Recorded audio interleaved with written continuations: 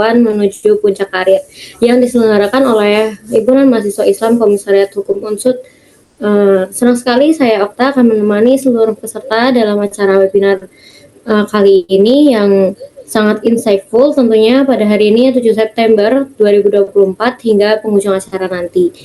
Namun tentunya saya nggak sendirian karena sudah ada narasumber yang dihadirkan, yaitu Kak Siti Yulianti selaku Misi JAB Jawa Tengah 2024. Baik hadirin, untuk membuka acara pada siang hari ini, marilah kita membaca basmalah bersama-sama. Bismillahirrahmanirrahim. Hadirin yang berbahagia, untuk memberikan rasa semangat dan nasionalisme pada sore hari ini, kita akan sama-sama menyanyikan lagu kebangsaan Indonesia Raya. Hadirin mohon berdiri.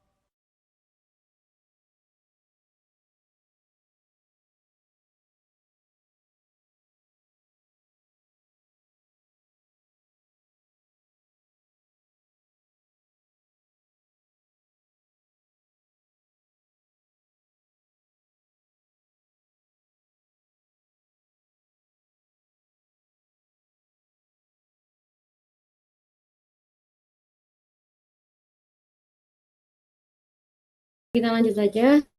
Marilah kita simak bersama-sama sambutan dari Ketua Pelaksana, yaitu Saudara Hana Nuraini. Kami persilahkan.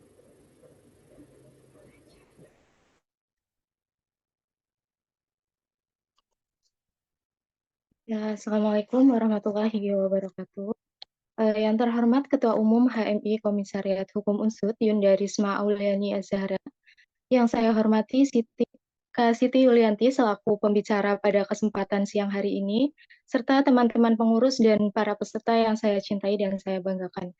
Puji syukur kita panjatkan kehadirat Allah Subhanahu wa Ta'ala atas segala limpahan rahmat dan hidayahnya sehingga kita dapat berjumpa di acara yang penuh makna ini. Saya selaku Ketua Pelaksana, saya ingin menyampaikan terima kasih kepada para narasumber yang bersedia untuk berbagi ilmu dan pengalaman dengan kita semua, dan tentu saja kepada semua peserta yang telah bergabung di Zoom meeting ini, saya juga mengucapkan terima kasih. Semoga kalian semua dalam keadaan sehat dan penuh semangat, meskipun pada kesempatan siang hari ini kita hanya bisa bertemu secara virtual. Nah, sebelumnya saya juga ingin menyampaikan bahwa acara ini sebenarnya lahir dari keinginan kita untuk berbagi, mendengar, dan saling menginspirasi. Nah, kita tahu bahwa perjalanan perempuan dalam meraih karir impian itu nggak mudah, banyak kayak stigma, stereotip, hingga struktur yang mungkin masih sepenuhnya belum mendukung. Nah, beruntung banget hari ini ada narasumber yang bersedia untuk berbagi pengalamannya. So enjoy the season, semoga bisa dapat banyak pelajaran berharga yang bisa bikin kita semua makin semangat buat menaklukkan karir kita masing-masing.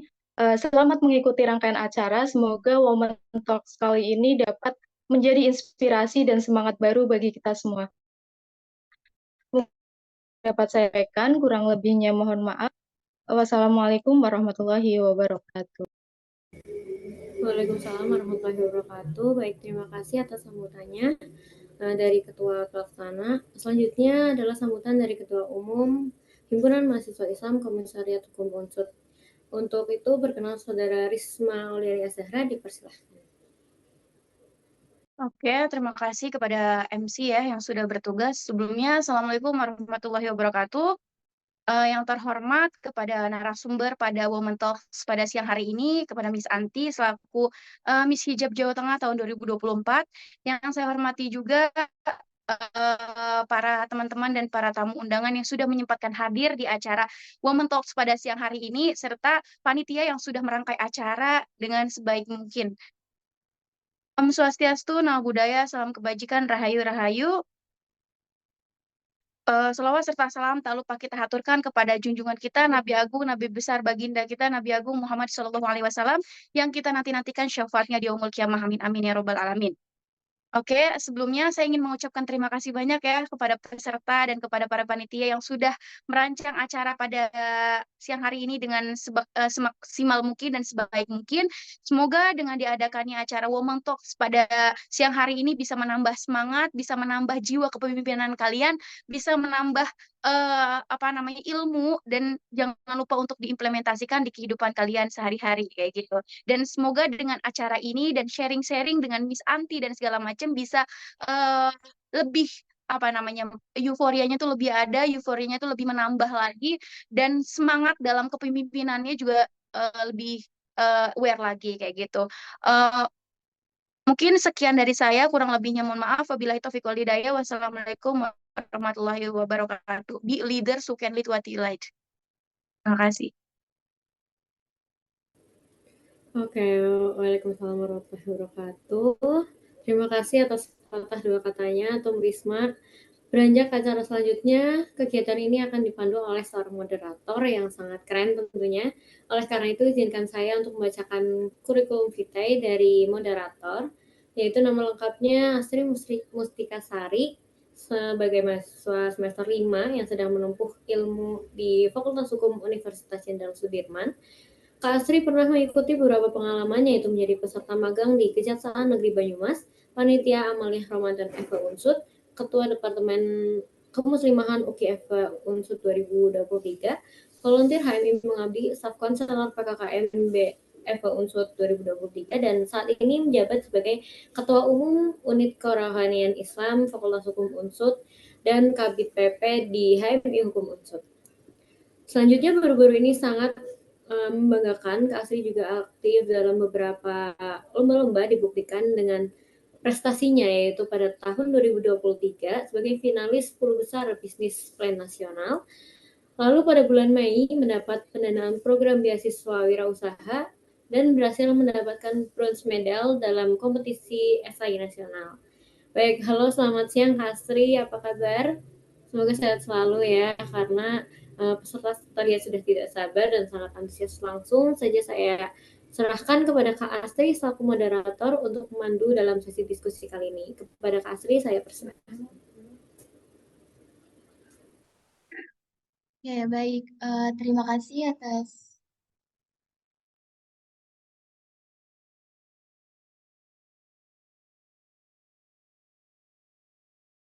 terima kasih atas kesempatan yang telah diberikan oleh MC gitu. Sebelum aku mulai ke acara paling inti gitu ya, penyampaian materi dari Miss Anti dan juga Karisma gitu. Aku mau nyapa dulu nih teman-teman yang ada di Zoom meeting hari ini gitu. Gimana kabarnya teman-teman semua? Sehat gak nih? Sehat dong.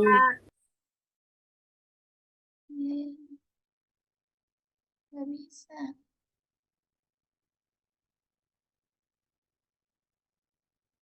Bentar dulu. Oke, kira-kira dari teman-teman semua ada yang tahu nggak nih apa tema yang akan dibawakan oleh pembicara kita hari ini? Tema webinar hari ini apa nih? Buat teman-teman nanti yang bisa jawab, ada rewardnya loh.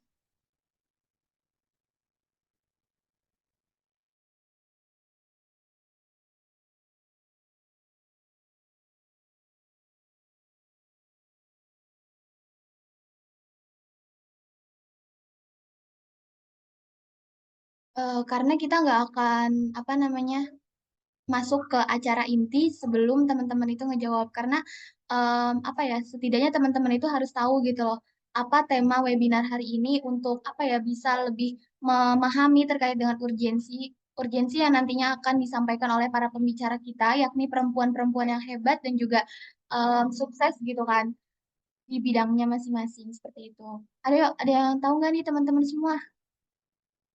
Saya Kak, Ya boleh boleh banget Kak Fiona. Apa nih tema webinar kita pada siang hari ini? perkenalkan saya Fiona, mahasiswa Fakultas Hukum Universitas Jenderal Sudirman. Jadi tema Women Talks kali ini adalah memecahkan kaca langit-langit, hambatan dan strategi perempuan menuju puncak karir. Wih, benar banget nih. Selamat untuk Kak Fiona gitu. Nanti mungkin bisa menghubungi para panitia gitu. Oke, teman-teman semua. Mungkin teman-teman di sini udah tidak sabar lagi gitu ya untuk mendengarkan materi yang nantinya akan disampaikan oleh narasumber kita. Pada siang hari ini kita kedatangan dua narasumber yang sangat hebat gitu. Yang pertama itu ada Miss Hijab Jawa Tengah, yaitu ada Miss Siti Yulianti, dan kemudian pembicara yang kedua itu ada Ketua Umum HMI Komisariat Hukum Unsud, itu ada Karisma Auliani Azahra. Mungkin bisa ditampilkan untuk CV dari Miss Anti. Oke.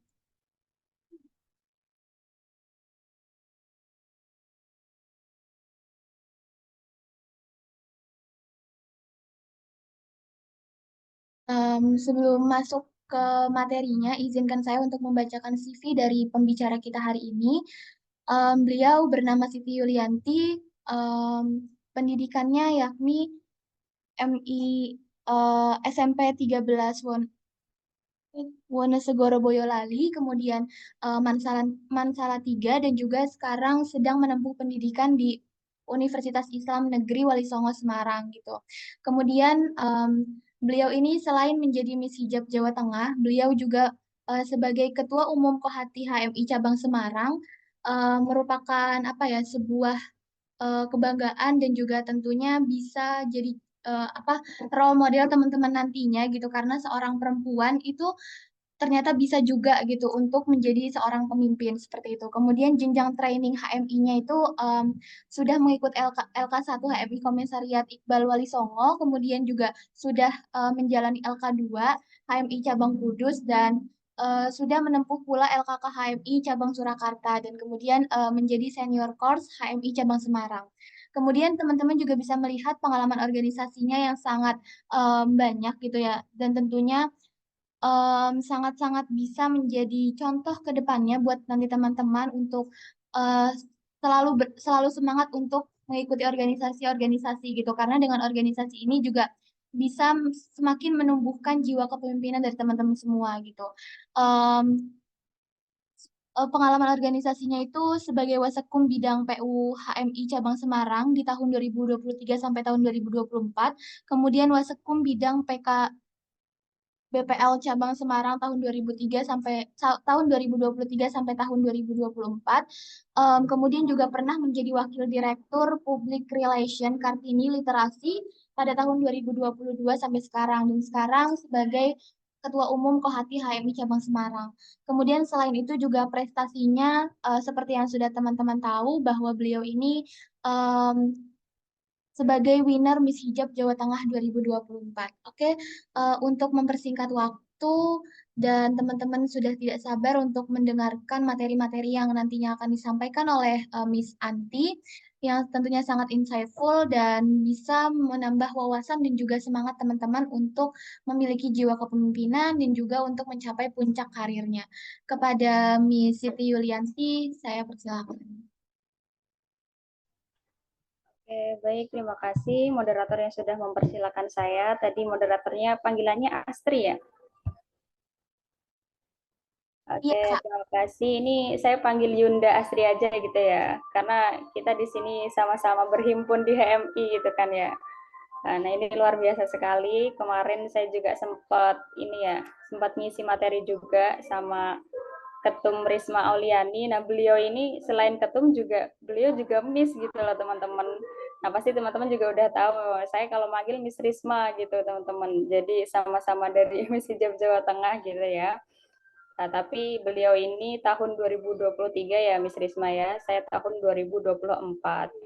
Nah, beliau juga diamanahi sebagai ketua umum juga. Nah, alhamdulillahirrahmanirrahim, yang terhormat ketua umum HMI Komisariat Hukum Unsud Yunda Risma Auliani Azahra, kemudian yang saya hormati teman-teman kader HMI Komisariat Hukum Unsud, begitu. Kemudian mungkin ada teman-teman yang di luar HMI, yang saya hormati Yunda-Yunda yang manis di sini. Mungkin ada Kanda juga ya. Ini Kanda-Kanda boleh masuk nggak ini Yunda?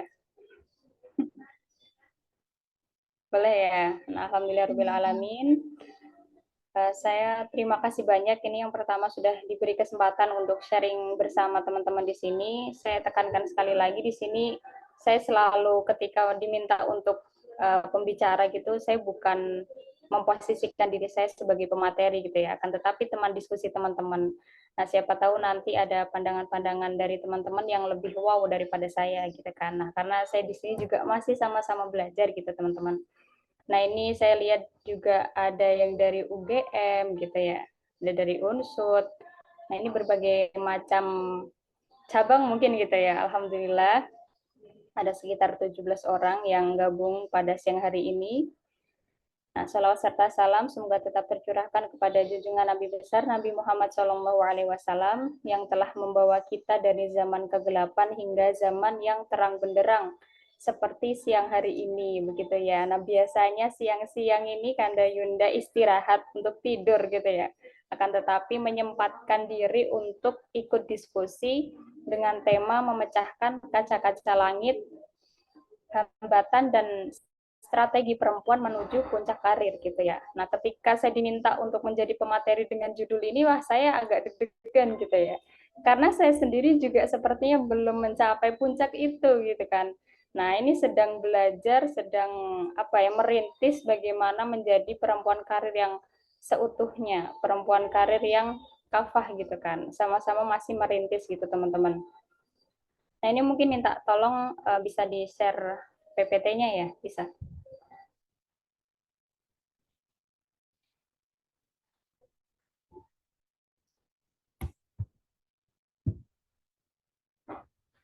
Oke, alhamdulillah. Nah, ini dengan judul memecahkan kaca-kaca langit, hambatan dan strategi perempuan menuju puncak karir. Nah, ini teman-teman di sini boleh panggil saya, kalau di Miss Hijab biasanya Miss Anti.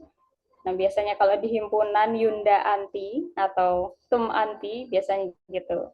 Kalau di training-training Master Anti gitu ya. Terserah teman-teman mau panggil apa, boleh dipanggil Kak atau boleh dipanggil Dek gitu ya. Saya lebih senang dipanggil deh ini. Gitu. Nah, berbicara tentang ini menyambung juga dengan kepemimpinan gitu ya. Mungkin bisa next dulu.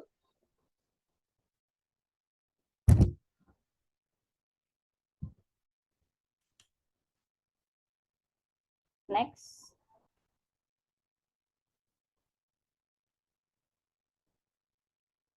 Oke, kemarin saya juga udah dikasih tor sama Tum Risma mengenai acara pada siang hari ini. Ini acaranya bidang PP begitu ya. Nah, kenapa diskusi ini dilakukan gitu? Latar belakang mengapa diskusi ini diadakan? Yang pertama poin utamanya yaitu adalah generasi muda itu adalah penerus bangsa, cita-cita perjuangan bangsa dan sumber insan bagi pembangunan nasional kayak gitu kan. Nah, kita ini kan sama-sama generasi muda. Mari ciptakan gebrakan-gebrakan baru yang membuat diri kita itu bisa upgrade diri untuk mencapai puncak titik karir tersebut gitu kan ya. Nah, kemudian poin yang kedua saya garis bawahi mengenai majunya suatu bangsa atau negara itu dipengaruhi oleh perempuan di negara tersebut. Nah, mungkin teman-teman ketika baca PDK itu sudah melekat sekali gitu ya. Perempuan adalah tiang negara. Apabila perempuannya baik, maka baiklah negaranya. Nah, apabila perempuan itu buruk atau majmumah, maka buruklah negaranya. Nah, ini sangat dipertimbangkan betul ini posisi atau peran perempuan di Indonesia ini, bahkan di dunia ini. Nah, kenapa begitu? Nah, ketika kita bicara tentang perempuan, kok kenapa perempuan ini tiang negara? Nah, karena dia selain sebagai generasi muda, sebagai anak gitu kan, kita itu sebagai ibu gitu kan. Ibu ini yang memang nanti melahirkan generasi-generasi penerus bangsa.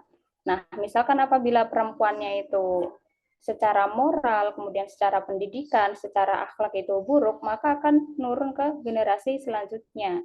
Nah, apabila perempuannya itu udah baik secara keseluruhan lah, maka akan diturunkan kepada generasinya. Nah, makanya ini kenapa menjadi tiang negara, karena melahirkan generasi-generasi penerus bangsa. Nah, negara ini kan membutuhkan perempuan yang memiliki kualitas dan dedikasi untuk mendorong pertumbuhan bangsa. Nah, sebenarnya perempuan yang diinginkan atau yang diharapkan oleh suatu bangsa itu yang seperti apa gitu. Nah, kita tahu bahwa kita di sini sebagai mahasiswa juga kita harus paham betul mengenai tridharma perguruan tinggi, kita harus seperti apa sebagai mahasiswa, kita harus seperti apa sebagai kader gitu kan ya, harus benar-benar mencapai titik kader militan itu sendiri gitu kan, nggak hanya disebut sebagai kader-kader aja gitu. Kemudian kita ketika bicara tentang kader ini saya bahasanya agak ini ya campur gitu ya, karena di sini saya memposisikan diri juga sebagai kader HMI gitu kan. Nah, ini mohon maaf, ini kayaknya saya belum izin juga yang ngambil foto teman-teman ini. Fakultas Hukum, kemudian yang bareng-bareng foto ini saya ambil di IG ya, teman-teman izin sekalian gitu kan.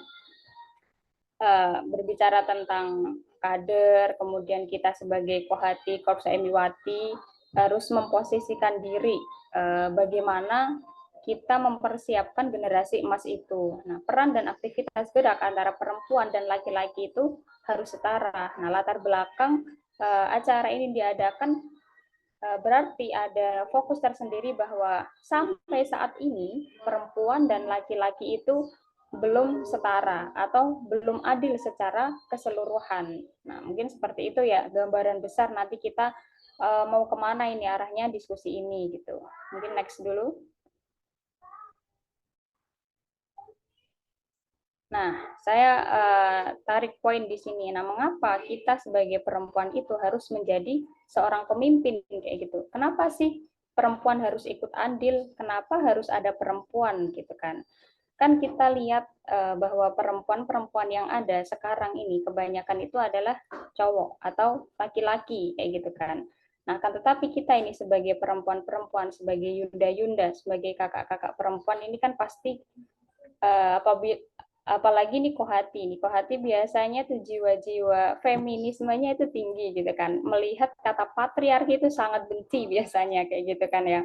Nah, yang pertama itu menjadi keragaman perspektif dalam pengambilan keputusan apapun itu. Nah, dalam sebuah pekerjaan, organisasi, instansi, perusahaan dan lain-lain. Nah, posisi perempuan ini menjadi keragaman perspektif apabila dalam pengambilan keputusan, ini seperti itu. Kemudian pemberdayaan gender dan kesetaraan itu sendiri. Nah, apabila dalam suatu organisasi, instansi tidak ada perempuan sama sekali, bagaimana akan terwujudnya masyarakat adil makmur? Biasanya seperti itu gitu, karena tidak ada perempuannya.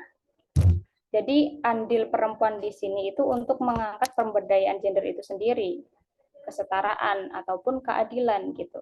Kemudian gaya kepemimpinan perempuan itu biasanya itu kolaboratif atau lebih kepada empatik. Bahasanya kalau perempuan dalam sebuah organisasi itu jadi airnya lah gitu, yang ngedem-ngedem biasanya gitu. Nah, dibutuhkan gaya kepemimpinan yang seperti perempuan ini, gaya kepemimpinan yang empatik seperti itu. Kemudian mewakili setengah dari populasi dunia.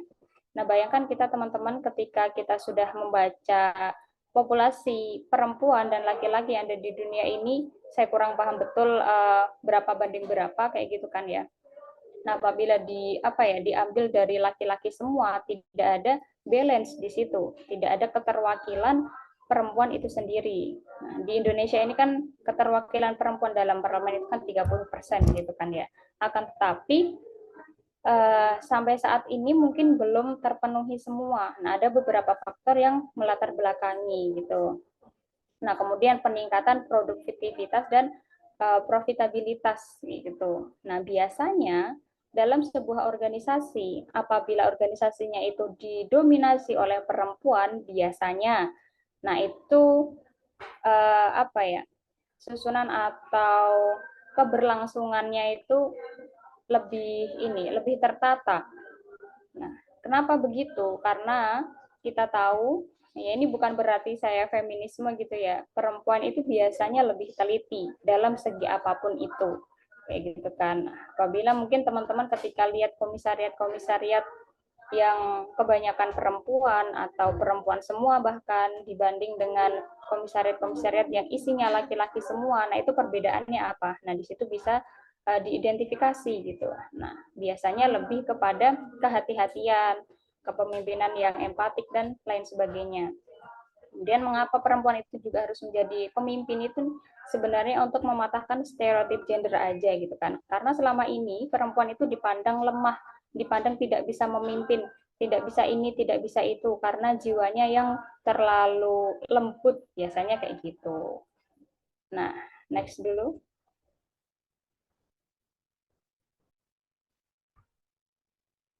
Nah, ini saya pakai foto saya sendiri, jangan gagal fokus ya teman-teman ya. Nah, hambatan karir perempuan ini terjadi di mana gitu kan ya. Pertama, hambatan karena stereotip gender itu sendiri gitu kan. Nah, kenapa ini muncul gitu.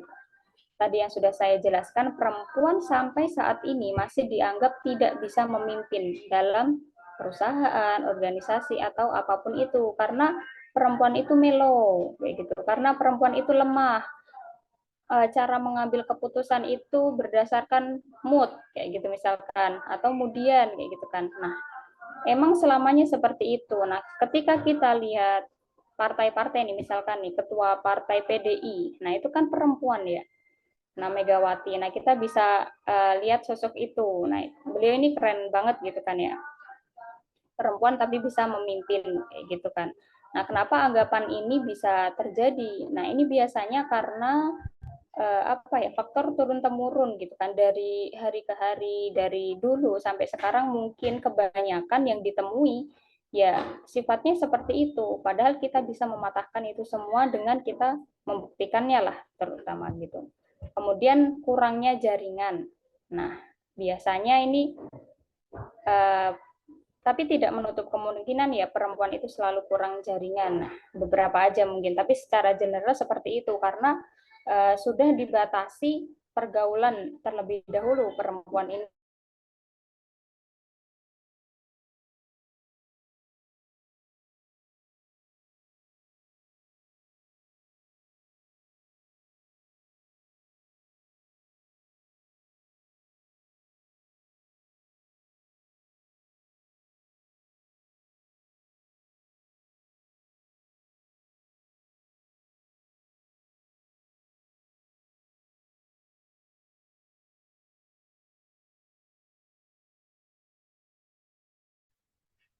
Nah, mohon maaf tadi keluar dikit gitu ya. Mengenai ketimbangan gaji. Nah, ini dari sebuah perusahaan itu biasanya selalu dibedakan kayak gitu. Kemudian tanggung jawab ganda yang diterima oleh seorang perempuan. Nah, tanggung jawab ganda ini maksudnya apa? Nah, tanggung jawab kita sebagai perempuan publik, kemudian tanggung jawab kita sebagai perempuan domestik itu sendiri kayak gitu kan. Nah, selain kita berkewajiban nih, misalkan kita udah menjadi seorang istri, menjadi seorang ibu, kita punya tanggung jawab beban dua gitu kan. Kita harus bertanggung jawab terhadap domestik kita sendiri ketika di rumah, kemudian kita tanggung jawab sebagai wanita karir, misalkan kayak gitu. Nah, kemudian ini sebenarnya faktor yang paling penting ini, hambatan karir perempuan itu adalah orang tua. Nah, orang tua itu selalu membatasi, bukan selalu ya, ini beberapa orang aja mungkin, tapi kebanyakan perempuan itu selalu dibatasi arah gerak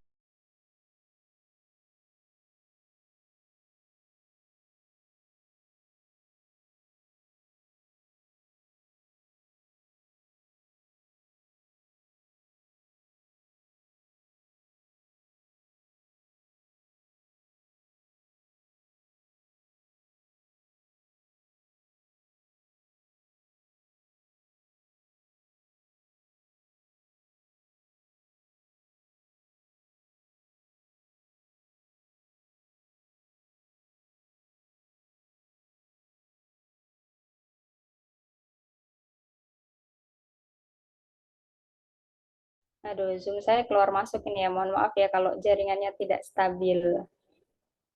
Oke, lanjut next dulu. Nah, ini ada beberapa contoh perempuan karir yang kita ketahui udah melejit lah, udah melenting karirnya gitu.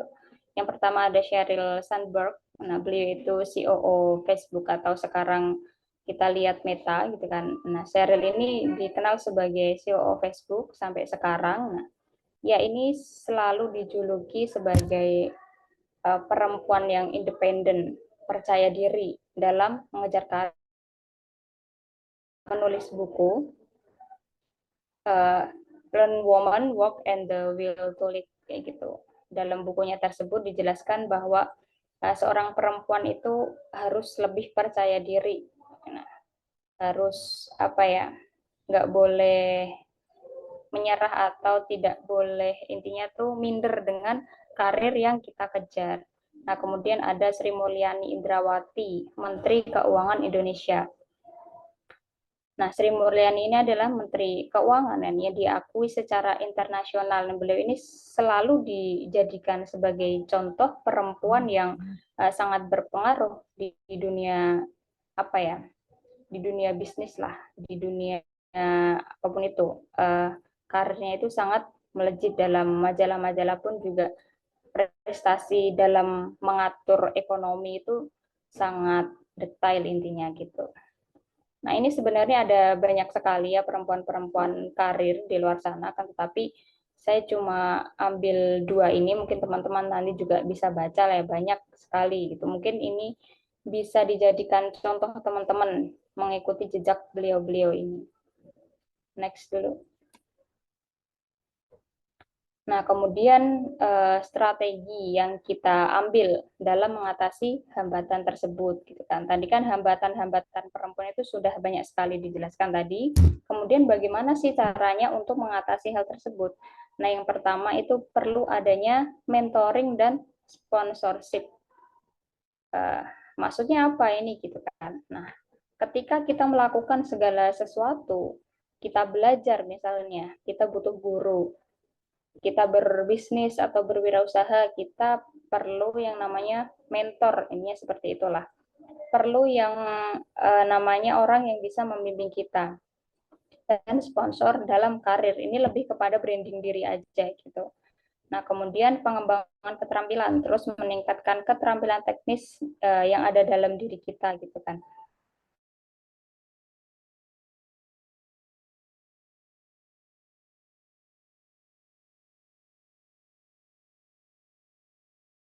Negara ini juga ada orang-orang HMI gitu kan. Nah, alhamdulillah sampai saat ini jaringan HMI ini luas gitu ya. Manfaatkan jaringan yang ada gitu teman-teman. Jangan sampai kita ber-HMI tapi kita nggak punya teman gitu. Teman kita ini banyak gitu kan. Nah, ini aku senang banget ketika misalkan ke Jogja, ke Jawa Timur, ke ini itu pasti ada kader HMI kayak gitu. Nah, enaknya di situ. Nah, kemudian ada negosiasi gaji apabila kita berada di sebuah perusahaan aja sih gitu kan, karena kita tahu bahwa ketimpangan gaji itu ternyata masih ada gitu. Nah, kemudian keseimbangan kerja kehidupan, mengelola waktu dan menetapkan batasan-batasan yang jelas ketika kita menggapai sebuah mimpi atau karir. Nah, kemudian ini belum saya cantumkan strategi untuk mengatasi hambatan orang tua tadi gitu. Bagaimana caranya kita pinter-pinter untuk membujuk orang tua, menyadarkan orang tua bahwa kita dalam melakukan apapun itu, gerak langkah kita itu pasti ada bahasanya apa ya, hikmahnya, intinya seperti itulah. Pasti ada sesuatu di sana. Nah, ketika ini saya cerita sedikit ya, ketika saya maju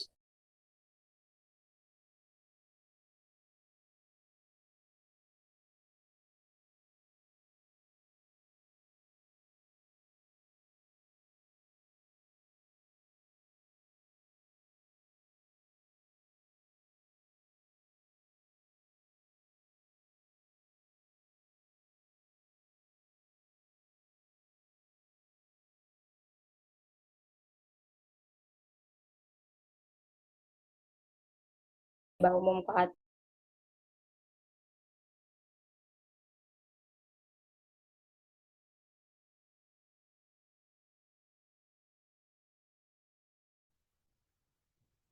Nah, mohon maaf ini keluar lagi gitu.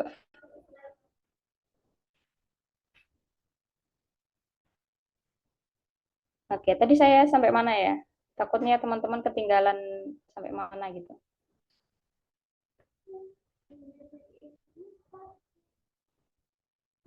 Halo? Sampai meyakinkan orang tua, Miss. Oke, meyakinkan orang tua gitu kan. Apapun yang kita lakukan itu kan pasti ada hikmahnya di kemudian hari kayak gitu kan. Nah, biasanya kan orang tua selalu bilang seperti ini. "Eh, aku kan udah hidup dulu sebelum kamu, jadi aku tahu apapun nanti efek sampingnya seperti itu." Nah, kan tetapi kalau kita bandingkan kehidupan zaman dulu dengan kehidupan zaman sekarang itu kan sangat berbeda, bahkan berbanding terbalik gitu. Bagaimana pintar-pintarnya kita meyakinkan dan mengupgrade diri kayak gitu kan. Nah, ketika saya ditanya bagaimana mengatasi strategi-strategi dalam diri saya sendiri kayak gitu ya, itu kan pasti banyak banget nih mau jadi Miss Hijab. Nah, ini strateginya apa gitu karena apakah ini itu gitu kan. Nah, ini banyak sekali perdebatan di keluarga kemarin ya ketika saya maju sebagai ketua umum Kohati cabang, kemudian ikut winner Miss Hijab ikut Miss Hijab Jawa Tengah ini kayak gitu kan, banyak diskusi yang ada di situ gitu kan. Ya insya Allah nanti bagaimana kita mengatur waktu yang tepat gitu aja sih. Nah ini saya sebenarnya nggak pengen banyak ngobrol, nggak banyak pengen menyampaikan materi, ini kita sharing-sharing aja teman-teman. Oke, mungkin cukup itu ya yang bisa saya sampaikan. Selanjutnya teman-teman bisa sesi tanya jawab aja gitu.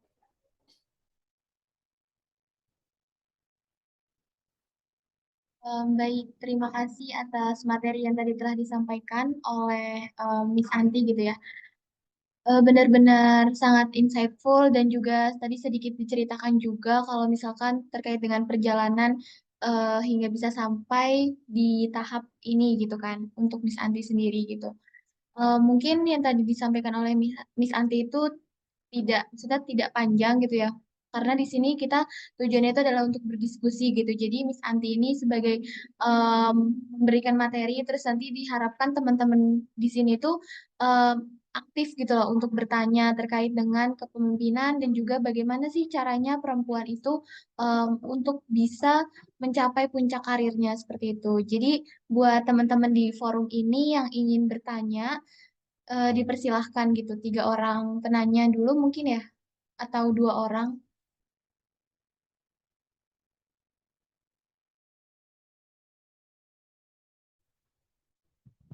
Atau boleh dilanjutkan materi selanjutnya juga boleh, nanti sesi tanya jawabnya di akhir gitu ya.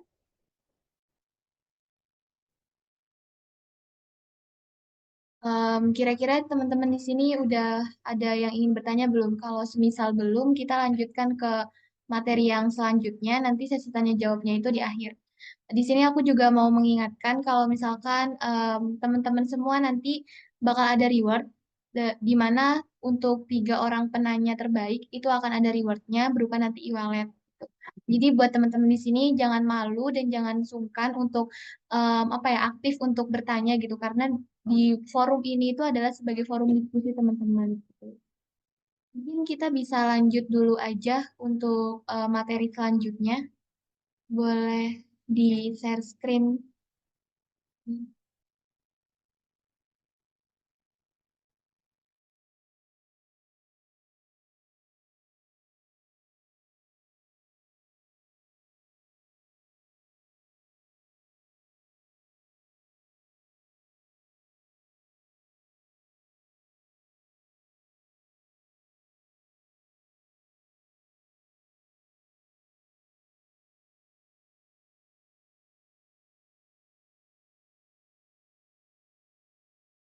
Oke. Kita lanjut dulu untuk pemateri kedua gitu. Itu ada Yunda Risma Auliani Azahra. Beliau lahir di Brebes, Jawa Tengah dan merupakan mahasiswi Fakultas Hukum Universitas Jenderal Sudirman yang telah memiliki berbagai pengalaman gitu seperti menjadi koordinator KKN, di Kabupaten Brebes pada periode Juli sampai Agustus 2024 dan kemudian juga memiliki soft skill dan hard skill yang bisa teman-teman nantinya jadikan sebagai role model gitu seperti kemampuan untuk berkomunikasi yang baik, kemudian teamwork, bertanggung jawab dan juga senang untuk exchange hal-hal baru. Nah, kemudian experience di sini yang pertama itu adalah pernah mengikuti pengabdian masyarakat IYC, yaitu Indonesia Youth and Culture atau Ekonomi Kreatif gitu pada 14 Mei sampai 24 Mei 2023. Kemudian juga pernah menjadi Duta Hijab Jawa Tengah 2023 sebagai finalis tentunya, kemudian juga menjadi finalis Duta Genre Kabupaten Brebes pada tahun 2023, dan sekarang menjadi Ketua Umum HMI Komisariat Hukum Unsut periode 2023-2024, dan juga beliau ini merupakan narasumber aktif di RRI Pro 2 Purwokerto Academic Forum 2022 sampai 2024 sampai sekarang. Kemudian pendidikan latar belakang pendidikan beliau itu sedang menempuh pendidikan di Fakultas Hukum Universitas Jenderal Sudirman. Kemudian juga tentunya beliau ini memiliki banyak sekali pengalaman, yakni aktif dalam kepenulisan seperti pernah mengikuti peserta lomba esai Semar Law Competition pada tahun 2023, kemudian juga lomba esai Renaissance Law Competition Legal Opinion Nasional tahun 2023, kemudian pernah menjadi 10 besar Duta Genre Kabupaten Brebes 2023 dan kemudian pernah menjadi delegasi IEC Tulung Agung 2022 serta penghargaan-penghargaan lainnya yang sangat banyak yang tidak bisa saya sebutkan satu persatu. Dan yang terakhir itu pernah menjadi koordinator KKN Kabupaten Brebes periode Juli sampai Agustus 2024. Ya, tanpa berlama-lama lagi, kepada Yunda Risma Auliani Azahra, saya persilahkan.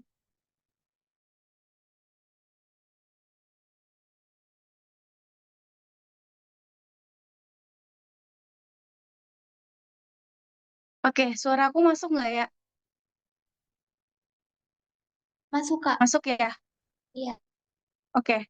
Sebelumnya terima kasih ya kepada Mbak Moderator, Kak Astri Mustika Asari. Sebelumnya, Assalamualaikum warahmatullahi wabarakatuh. Selamat siang semuanya.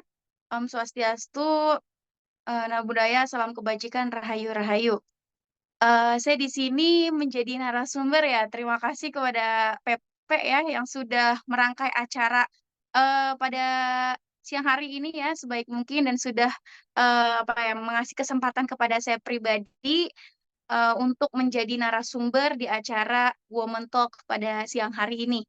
Mungkin nanti kita ini sistemnya diskusi aja kali ya. Jadi mungkin nanti ada beberapa hal yang memang saya jelaskan, yang memang saya apa ya namanya sharing ke kalian seputar terkait dengan kepemimpinan. Tadi sudah ada beberapa poin yang dibahas oleh Miss Anti ya, Miss Siti Yulianti, Yunda Siti Yulianti ya. Tadi ada beberapa hal yang sudah dibahas dan mungkin dari saya itu cukup bagus sekali ya dan sangat memotivasi teman-teman semuanya untuk mencapai puncak karir yang mereka inginkan kayak gitu. Dan di sini saya akan menjelaskan atau memaparkan terkait mungkin spesifikasinya ini tentang manajemennya, manajemen pengorganisasiannya itu seperti apa dalam kepemimpinannya kayak gitu. Jadi apakah menjadi seorang pemimpin perempuan ini itu yang seperti apa sih gitu. Terus juga pemimpin sifat kepemimpinan atau tipe dalam kepemimpinan ini apa aja tipe-tipenya dan segala macam nanti bakal saya bahas di eh, ini di sini gitu kan. Mungkin untuk panitia bisa saya screen ininya materinya.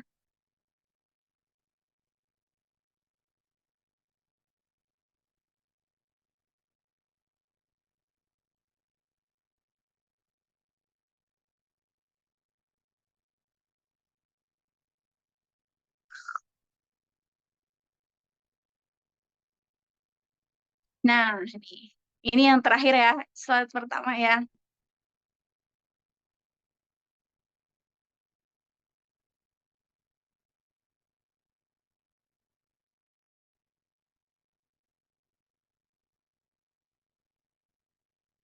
Sorry, belum kelihatan ya di layar.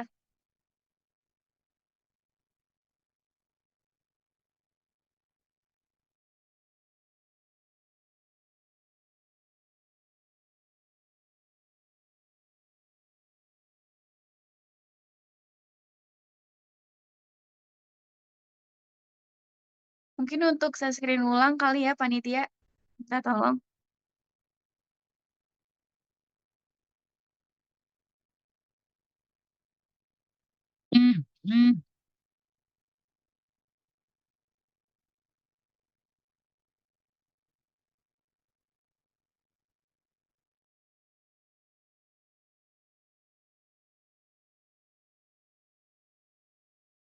Oke, mungkin sambil menunggu panitia untuk menyiapkan materinya, gimana nih Kak pengalamannya gitu? Kan seperti yang tadi sudah aku bacain juga gitu CV-nya, pernah menjadi finalis Duta Genre gitu. Iya, gini, gini teman-teman ya. Ini untuk memotivasi. Nah, ini udah ada nih. Nanti kita sharing aja di materi selanjutnya kayak gitu. Nah, ini terkait dengan emerging leadership in organization management. Nah, gimana sih caranya mendorong kepemimpinan ini dalam pengelolaan organisasi itu seperti apa? Dan steering obsess dan promoting change. Jadi, menghancurkan hambatan dan mendorong perubahan tentunya. Jadi, seorang pemimpin itu apa ya namanya, bukan hanya untuk memimpin dirinya sendiri, tapi memimpin orang lain dulu. Makanya sebelum kita memimpin orang lain atau kita memimpin sebuah organisasi atau komunitas, kita harus memimpin diri kita sendiri. Makanya menghancurkan hambatan dan mendorong perubahan gitu. Nah, mungkin untuk slide selanjutnya.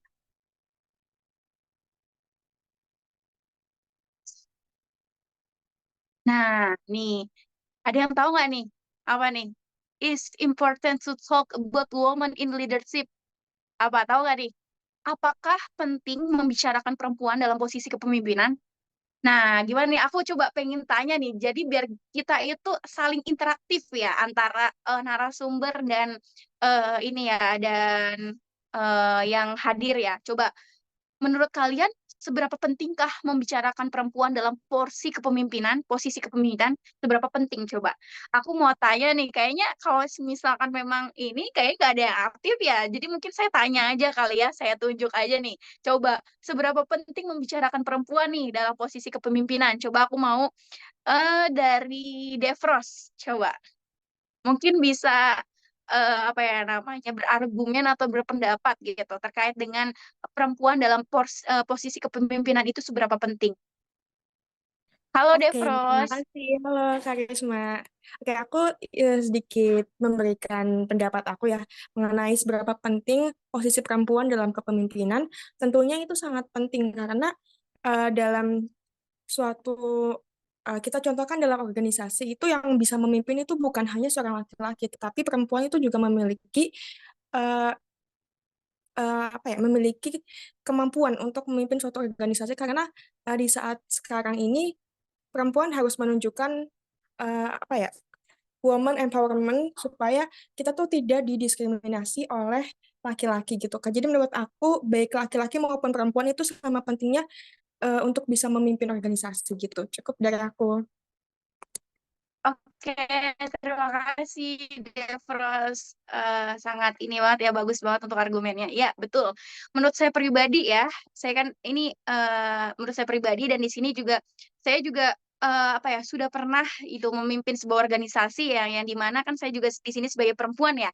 Jadi menurut saya ini sangatlah penting banget ya karena gini, melihat zaman sekarang gitu ya. Ya memang yang tadi sudah dijelaskan oleh Miss Anti juga itu 30% ya perempuan ya. Nah, ini makanya ini nih sebenarnya kan untuk laki-laki dan perempuan atau pemimpin apapun itu semuanya orang bisa jadi seorang pemimpin dan bahkan kepemimpinan itu lahir dari diri kita sendiri. Gimana cara mereka mengelolanya, gimana cara mereka memanajemennya, gimana cara mereka mengorganisasikannya, gimana cara mereka untuk memposisikannya, gimana cara mereka untuk mengekspresikannya gitu.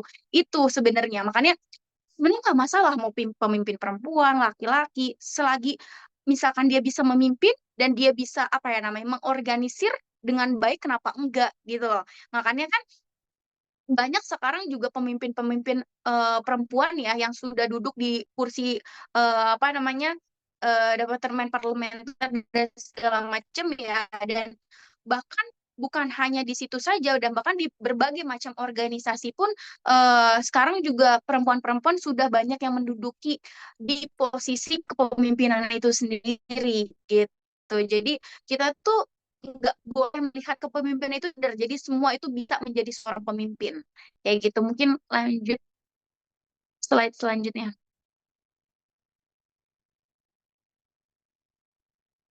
Nah, nih, we have to we have to look at gender in leadership? Coba, apakah kita harus melihat gender dalam kepemimpinan? Coba, aku mau tanya lagi nih. Tadi kan kalau misalkan membicarakan perempuan dalam posisi kepemimpinan itu seperti apa? Nah, ini yang kedua nih, apakah kita harus melihat gender dalam kepemimpinan? Sebenarnya tadi udah sempat disinggung sama saya ya, gitu. Nah, mungkin saya juga pengen kalian teman-teman semuanya yang ada di room ini bisa interaktif gitu. Nah, coba aku mau tanya ya dari teman-teman nih. Mungkin dari em, coba dari ini kali ya moderatornya nih. Coba Mbak Astri, boleh. Oke, kalau misalkan menurut saya sendiri, perempuan itu apakah penting gitu untuk melihat perempuan dalam sebuah kepemimpinan gitu, gender dalam sebuah kepemimpinan. Menurut saya itu sebenarnya untuk memimpin suatu baik itu organisasi ataupun apa perusahaan dan lain sebagainya gitu. Itu perempuan itu harus memiliki jiwa kepemimpinan gitu. Jadi tidak membedakan gender baik itu laki-laki maupun perempuan. Menurut saya pribadi itu bisa untuk memimpin gitu karena tidak hanya memimpin dirinya sendiri, memimpin diri sendiri itu kan memang sangat penting gitu kan, tetapi juga harus bisa dapat memimpin orang lain gitu loh. Jadi dalam konteks ini tidak perlu untuk membedakan gender gitu kan dalam sebuah kepemimpinan kayak gitu. Karena seorang perempuan itu memang gitu nalurinya itu adalah lemah lembut, kemudian juga apa namanya bertutur kata yang mungkin lembut gitu kan. Cuman tidak menutup kemungkinan untuk dirinya itu untuk menjadi seorang pemimpin kayak gitu, untuk mengambil suatu keputusan-keputusan yang memang diperlukan dalam sebuah em, kalau di sini saya membicarakannya sebuah lingkup kecil gitu, yakni organisasi. Seperti itu, Kak. Oke, benar banget nih yang tadi udah eh, bilang ya sama Astri ya. Astri Mustika Sari itu benar banget teman-teman. Jadi kita juga apa ya namanya? Sebenarnya untuk melihat gender dalam kepemimpinan itu ya enggak juga kayak gitu. Jadi kita bisa bisa menjadi seorang pemimpin apapun itu ya, cewek, cowok dan segala macam. Apalagi yang tadi dibilangin ya sama Astrid juga terkait dengan link organisasi dan kita berani ketika untuk mengambil keputusan, kita tegas dan segala macam dan kita mampu dan kita sudah punya pengalaman serta value dalam diri kita, kenapa enggak gitu loh. Misalkan gini ya, kita bandingkan, sebenarnya bukan dibandingkan kan, misalnya kita dilihat dari sudut pandang kita, misalnya perempuan dan laki-laki. Nah, misalkan nih contoh si perempuan ini lebih lebih efisiensi, lebih apa ya progresif, terus lebih apa ya namanya jiwa kepemimpinannya lebih ada, terus juga dia juga salah pengalamannya juga dalam berkepemimpinan juga sangat oke dan lain sebagainya. Sedangkan si laki-laki ini dia ya memang bagus sih dalam berkepemimpinan, tapi untuk value-nya tuh belum ada di dalam dirinya. Misalkan contoh ya kalau misalkan dari perempuan itu mampu dan mumpuni untuk menjadi seorang pemimpin, kenapa enggak gitu loh, kenapa enggak si perempuan itu aja itu menjadi seorang pemimpin. Toh juga tadi juga yang dibilangin Astri juga benar, toh juga pemimpin itu lahir dari diri kita sendiri dan bahkan pemimpin itu lahir yaitu ketika diri kita apa ya namanya bisa memposisikan menjadi seorang pemimpin dimanapun kita berada kayak gitu kan, kayak gitu sih. Dan untuk slide selanjutnya mungkin slide selanjutnya. Oke, nih ada tipe kepemimpinan. Tadi tuh kita udah membahas ya mengenai pentingnya sebuah kepemimpinan atau bahkan kita melihat dari sudut gender dan lain sebagainya. Nah, kita melihat dari tipe kepemimpinan kepemimpinan yang paling kepemimpinan otoriter teman-teman yang tahu nggak nih kepemimpinan otoriter itu apa. Nah, jadi gini teman, kepemimpinan otoriter ini yang dimana kepemimpinan ini dalam tipe yang bertindak sebagai diktator. Tahu nggak diktator ini apa? Nah, diktator ini dia ini selalu patuh, cenderung melakukan pemaksaan teman-teman, pemaksaan dan menggerakkan sebuah kelompoknya ini sebagai beban dari bawahan lebih ke otoriter. Jadi keputusan semua dan sebagainya itu ada di bawah pimpinannya gitu. Dan tapi dengan cara menggerakkan kelompoknya ini apa ya namanya, seolah-olah tuh kayak lu harus ikut gue gitu, lu harus ikut gue, semua keputusan ada di gue, lu nggak mau tahu, pokoknya lu harus ikut gue. Itu tipe kepemimpinan yang otoriter seperti itu teman-teman. Terus yang kedua ada kepemimpinan yang demokratis. Nah, kepemimpinan yang demokratis itu seperti apa sih? Itu penjelasannya sih gimana sih dan lain sebagainya. Nah, kepemimpinan demokratis ini kebalikannya teman-teman dari kepemimpinan otoriter, yang dimana si pemimpin ini nih ikut serta dan melibatkan dalam hal apa namanya, di tengah-tengah anggotanya ya, dan dalam hal untuk suatu keputusan bersama dan lain sebagainya. Jadi ini dibalikin ke forum dan lain sebagainya.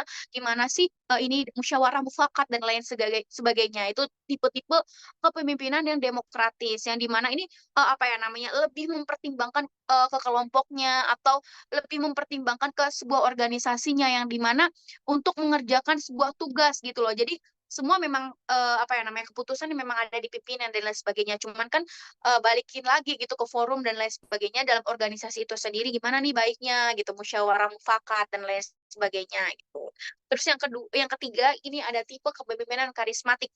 Nah, tipe kepemimpinan karismatik ini kayak gimana ya? Kepemimpinan yang mempunyai daya tarik atau energi gitu loh, untuk dapat mempengaruhi atau mengelabui seseorang gitu loh. Jadi karismatik itu jadi dia itu punya tipe kepemimpinan yang berbeda dari yang lainnya gitu.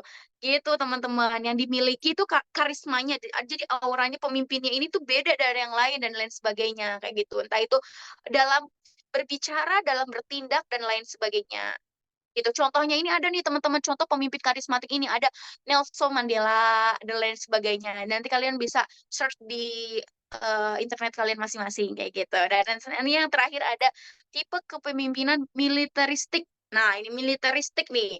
Militeristik ini lebih kayak apa ya namanya?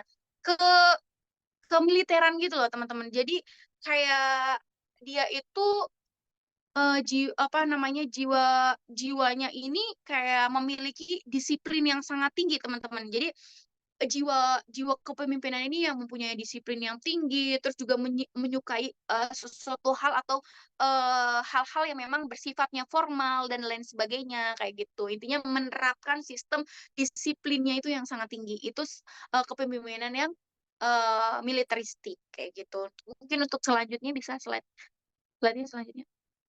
Nah, kita membahas mengenai manajemen. Tadi kan kita udah membahas mengenai kepemimpinan ya. Apa sih kepemimpinan itu dan lain sebagainya. Terus juga dari sudut gender dan segala macam. Dan kita membahas mengenai manajemennya.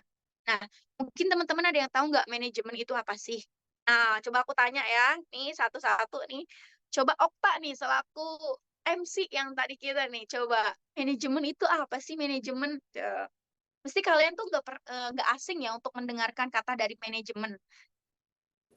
Oke, mungkin dari aku secara singkat saja. Sepengetahuanku tuh manajemen kemampuan diri buat mengelola sesuatu itu dengan baik, kayak misal manajemen waktu, manajemen cara kita kegiatan-kegiatan dalam sehari dan lain sebagainya gitu kan.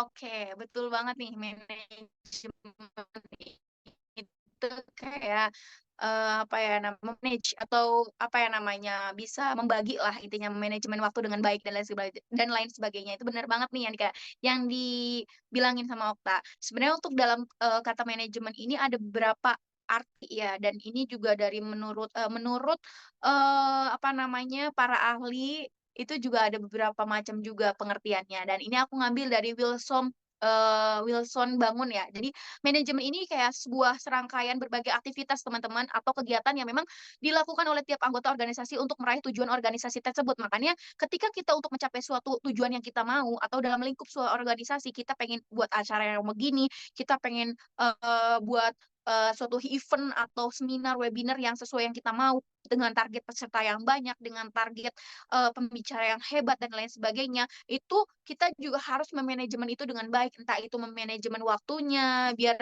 waktunya terorganisir dengan baik, memanajemen apa namanya dalam hal menghubungi untuk narasumbernya dan lain sebagainya biar gak mepet dalam proses acaranya dan lain sebagainya. Dan itu makanya manajemen itu penting banget, apalagi dalam suatu hal kepemimpinan, teman-teman. Makanya kalau dalam kepemimpinan ini harus ada manajemen dan harus ada organisasinya. Nah, nanti bakal kita bahas juga. Jadi, antara kepemimpinan, manajemen, dan organisasi ini, tiga kalimat ini saling keterkaitan satu sama lain dan harus kesinambungan satu sama lain. Nggak mungkin kalau manajemen doang tanpa adanya organisasi atau tanpa adanya pemimpin, ya nggak mungkin juga. Kalau misalkan pemimpin doang tanpa adanya manajemen dan tanpa adanya organisasi atau wadah, itu juga percuma juga. Itu nggak bakal bisa jalan dan tidak akan bisa mencapai sesuatu hal atau tujuan yang kita mau. Kayak gitu. Mungkin selanjutnya, slide selanjutnya. Nah, tadi udah membahas mengenai manajemen ya. Ini ada fungsi dari manajemen. Yang pertama ini ada fungsi planning. Jadi planning ini tahap perencanaan. Jadi ketika kita membuat acara, ketika kita mau membuat suatu event dan lain sebagainya, kita harus perencanaannya dulu nih. Tornya gimana nih? Rundown-nya gimana nih? Perencanaannya gimana? Jadi spesifikasi acaranya yang bakal kita lakuin itu, laksanain itu seperti apa sih? Itu harus adanya planning. Planning, perencanaan yang memang harus sesuai gitu yang kita mau. Nah, nanti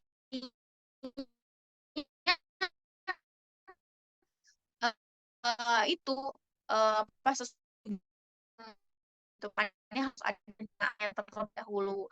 Terus yang kedua ini ada nah itu perorganisasian. Nah, ini perorganisasi itu membicarakan terkait dengan rapat apapun itu dan lain sebagainya itu harus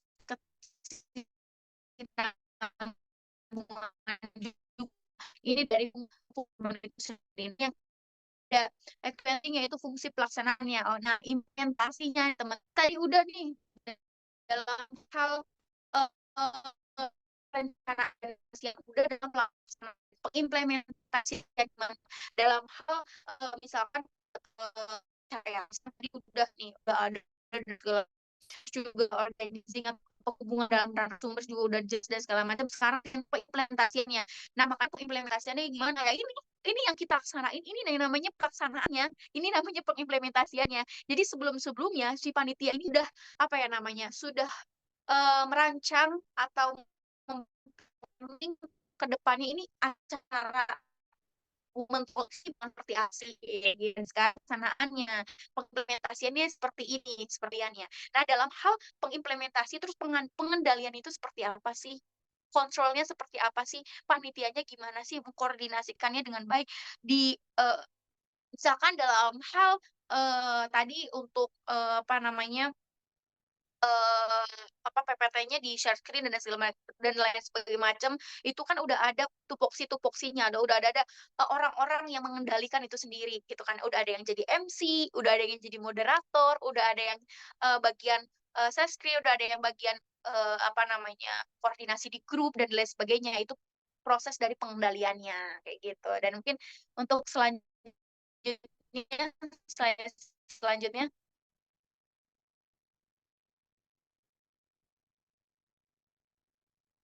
nah, kita bahas mengenai organization ya. Nah, ini tadi sebenarnya udah dibahas sedikit ya. Aku pengen ke teman-teman ini terkait dengan organisasi. Coba nih Hana, coba Hana, organisasi itu apa Hana? Boleh dijelaskan nih. Coba aku pengen tahu organisasi itu apa sih gitu. Coba.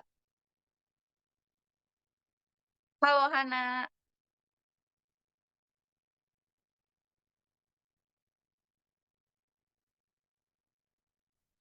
Kayaknya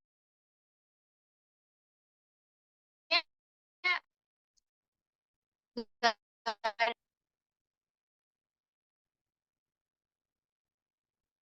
halo.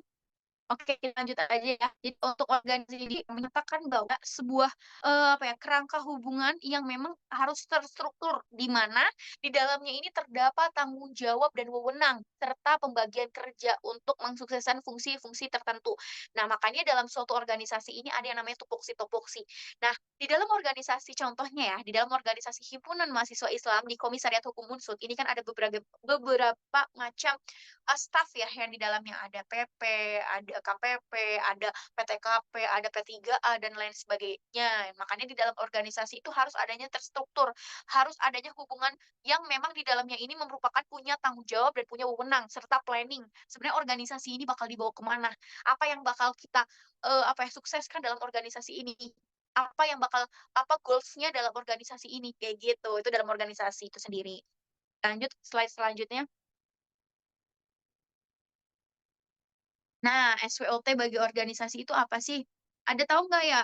Ada yang tahu nggak SWOT itu apa?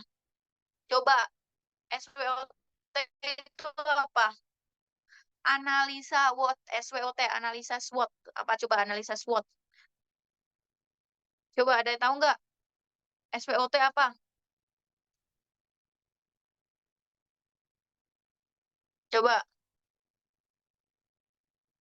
Oke, jadi analisa SWOT ini merupakan analisa yang memang dicetuskan oleh Albert Humphrey ya pada dasawarsa di tahun 1960 sampai 1970-an kalau nggak salah. Dan analisa ini merupakan sebuah akronomi yang dimana dari sebuah huruf yang awalnya yaitu strength, yaitu kekuatan, yang kedua weakness, yaitu kelemahan, yang ketiga opportunity, kesempatan, dan yang terakhir ada threat, yaitu ancaman.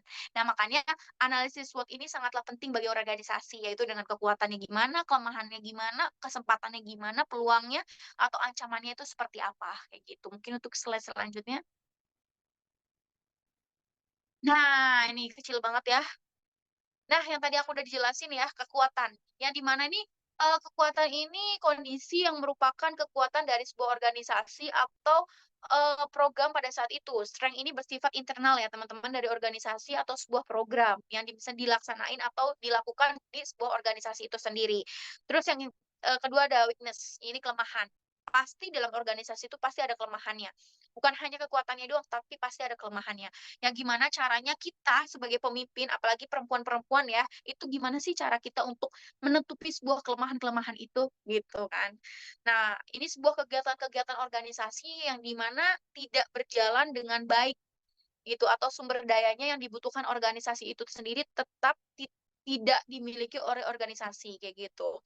Terus yang ketiga ada opportunity. Nah, itu kesempatan.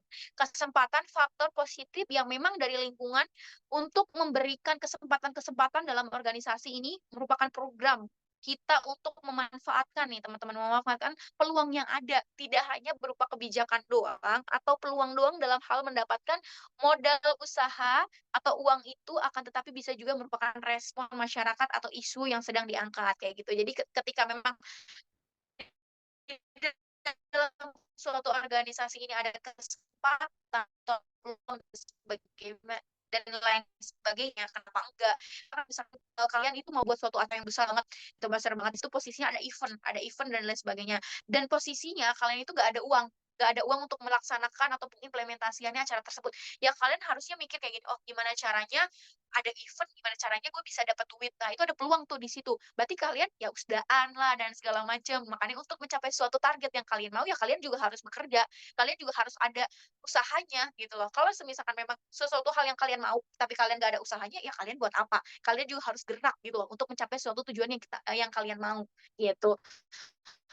Terus yang selanjutnya ini ada threat, ancaman. Nah, ancaman ini sendiri merupakan suatu faktor negatif, teman-teman, dari lingkungan yang memang memberikan hambatan bagi berkembangnya atau berjalannya sebuah organisasi. Nah, ini adalah yang kadang selalu terlewat dikarenakan ingin konversi out of stream, melawan arus nih. Namun pada kenyataannya program tersebut, organisasi ini sendiri banyak banget ancaman-ancaman, entah itu ancaman dari luar, entah itu ancaman dari dalam, dan lain sebagainya gitu kan. Makanya ketika kalian menjadi suatu pemimpin, suatu pimpinan, atau bahkan suatu orang yang terpenting di dalam organisasi itu tersebut, yang kalian harus bisa meminimalisir ancaman itu sendiri. Gimana sih cara mencegahnya, gimana sih cara meminimalisirnya, gimana. Makanya menjadi seorang pemimpin itu sebenarnya tidak mudah ya untuk laki-laki maupun perempuan. Ini spesifikasinya di sini kan dibahas mengenai kepemimpinan perempuan untuk mencapai puncak karir gitu ya. Makanya nih kepada teman-teman semuanya di sini ya, perempuan-perempuan ya, kalian tuh sebenarnya bisa menjadi sosok pemimpin dan lain sebagainya. gimana cara kalian untuk mengasah kemampuan kalian, value kalian, pengalaman kalian tuh dibanyakin dan lain sebagainya. Dan ketika ada berbagai macam dampak positif, negatif, ancaman dan lain sebagainya dari luar, itu sebenarnya nggak masalah untuk kalian. Gimana cara kalian untuk mengorganisasikannya aja, gimana cara kalian untuk menghadapi problem itu sendiri. Makanya kalau misalkan ada problem ya kalian hadapin aja gitu loh, hadapin aja gimana cara kalian menganalisisnya, gimana cara kalian menyelesaikannya itu menjadi seorang pemimpin itu sebenarnya nggak mudah gitu kan. Makanya mudah-mudah enggak sih sebenarnya, tergantung dari diri dan yang benar itu seperti apa gitu. Mungkin slide selanjutnya. Nah, ini teman-teman aku ada suatu kata-kata motivasi ya untuk kalian semua. Be a leader who can lead what we like. Jadilah pemimpin yang dapat memimpin apa yang kita pimpin. Gitu teman-teman. Mungkin sekian materi dari saya. Kurang lebihnya mohon maaf ya teman-teman. Semoga bisa memberikan manfaat untuk kalian dan bisa diimplementasikan di kehidupan kalian masing-masing gitu. Jadi saya tadi menjelaskan mengenai terkait dengan spesifikasi kepemimpinan manajemen organisasi gitu. Gimana sih menjadi seorang pemimpin gitu dalam sebuah organisasi, dalam sebuah lingkup dan lain sebagainya macam dan tipe-tipe kepemimpinan dan lain sebagainya gitu. Wassalamualaikum warahmatullahi wabarakatuh. Saya kembalikan ke moderator. Waalaikumsalam warahmatullahi wabarakatuh. Em, Terima kasih untuk Yunda Risma yang telah menyampaikan materinya terkait dengan kepemimpinan dan juga terkait dengan apa ya istilahnya hubungan antara kepemimpinan dengan perempuan untuk bisa mencapai puncak karirnya gitu. Nah, di sini sekarang itu adalah sesi dari tanya jawab gitu. Jadi dipersilahkan untuk teman-teman yang ingin berdiskusi terkait dengan kepemimpinan perempuan dan juga bagaimana sih tips and triknya gitu kan untuk bisa mencapai posisi yang strategis gitu dalam sebuah organisasi itu dalam lingkup kecil gitu ataupun nantinya gitu dalam sebuah misal pekerjaan dan juga lingkungan-lingkungan yang memang istilahnya tuh tidak mengharuskan laki-laki gitu yang harus menjadi pemimpin seperti itu. Dipersilakan untuk teman-teman yang ingin bertanya kepada dua narasumber yang sangat hebat gitu. Karena kesempatan ini tidak datang dua kali gitu loh. Kita kedatangan dua pembicara yang hebat pada siang hari ini itu merupakan sebuah istilahnya sebuah nikmat dan juga yang perlu teman-teman semua syukuri seperti itu gitu. Mungkin kepada Kak Defros dipersilakan untuk menyampaikan pertanyaannya. Oke, terima kasih moderator atas kesempatannya. Baik, saya izin bertanya kepada kedua narasumber yang keren ini. Jadi menurut pendapat kakak-kakak sekalian, bagaimana pendapat kakak terkait dengan stigma-stigma yang mengatakan bahwa perempuan itu tidak perlu sekolah tinggi-tinggi karena ujung-ujungnya mereka itu berakhir di dapur. Nah, tapi menurut aku stigma inilah yang memberikan batasan kita perempuan itu menjadi terbatas untuk menentukan pilihan hidup kita. Jadi kita tuh nggak bebas untuk kita mau berkarir seperti apa atau kita mau meraih impian kita gitu. Jadi menurut Kak Anti dan juga Kak Risma bagaimana pandangannya gitu. Sekian, terima kasih.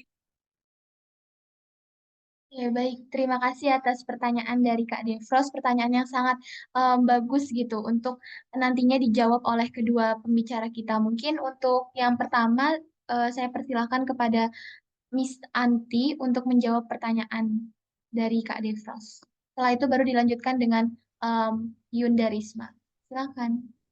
Oke, terima kasih banyak Yunda Defros tadi ya atas pertanyaannya bagaimana pendapat materi gitu ya tentang stigma bahwa perempuan itu tidak boleh sekolah tinggi-tinggi kayak gitu. Kalau saya pribadi saya sangat menentang itu gitu kan. Sangat menentang itu. Nah, kenapa gitu kan? Karena itu ada hubungan timbal baliknya begitu. Kalau misalkan kita ini sebagai perempuan, nah, apa yang kita inginkan harus sesuai apa yang kita kerjakan atau lakukan gitu kan. Nah, misalkan kita pengen generasi kita bagus, generasi emas, bukan generasi cemas. Nah, berarti kita juga harus memperbaiki diri gitu. Nah, apabila generasi yang akan kita lahirkan itu pengennya yang buruk, ya berarti ya udah nggak usah usaha apapun itu kayak gitu kan. Nah, saya sangat menentang itu karena itu akan berdampak pada kualitas cara mendidik kita terhadap generasi penerus kita nanti, gitu kan. Nah, misalkan kita bisa bedakan atau kita bisa lihat di sekeliling kita mengenai perempuan-perempuan pada pendidikan, misalkan nih, ada ibu yang dia tuh lulusannya SD, kemudian ada yang lulusan SMP, SMA, S1, S2 bahkan. Pasti teman-teman cara mendidiknya itu sangat berbeda sekali gitu kan. Karena selain kita belajar apa ya formal di dunia pendidikan atau di bangku pendidikan, kita juga diajarin bagaimana cara untuk memanage diri kita, cara memanage emosional kita gitu. Semakin kita tahu, maka semakin apa ya mengerti bahwa dalam menghadapi segala sesuatu, dalam menghadapi masalah itu pasti tingkat penyelesaiannya itu berbeda gitu kan.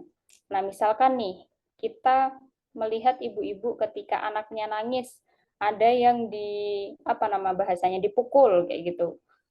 Kemudian ada studi kasus lagi, ada anaknya nangis atau ada anak yang nakal misalkan, justru itu malah dipuji misalkan, oh anak saya pintar sekali ya, kreatif kayak gitu kan. Tapi ketika ada anak nakal misalkan nih, mohon maaf, ibu-ibu yang misalkan kurang berpendidikan pasti itu, kamu jangan nakal kayak gini kayak gitu kan. Nah itu cara menyikapinya aja beda. Nah itu akan membentuk pola pikir si anak itu tadi kayak gitu kan. Nah, apapun yang kita ucapkan, apapun yang kita lakukan, itu pasti akan nurun ke anak kita, kayak gitu kan. Nah, mari kita sebagai perempuan nih, khususnya, karena ini berbicara dengan perempuan, jangan sampai stigma yang sudah beredar itu kita terima mentah-mentah gitu. Ya, meskipun memang ujung-ujungnya nanti di dapur, tapi nanti pasti hasilnya akan berbeda gitu kan ya. Bagaimana usaha kita sekarang, maka hasilnya kita akan rasakan kemudian, kayak gitulah. Pasti itu nanti ada imbasnya juga gitulah. Tidak hanya untuk jangka pendek aja, tapi untuk jangka panjang, kayak gitu. Nah, mungkin dari saya gitu sih.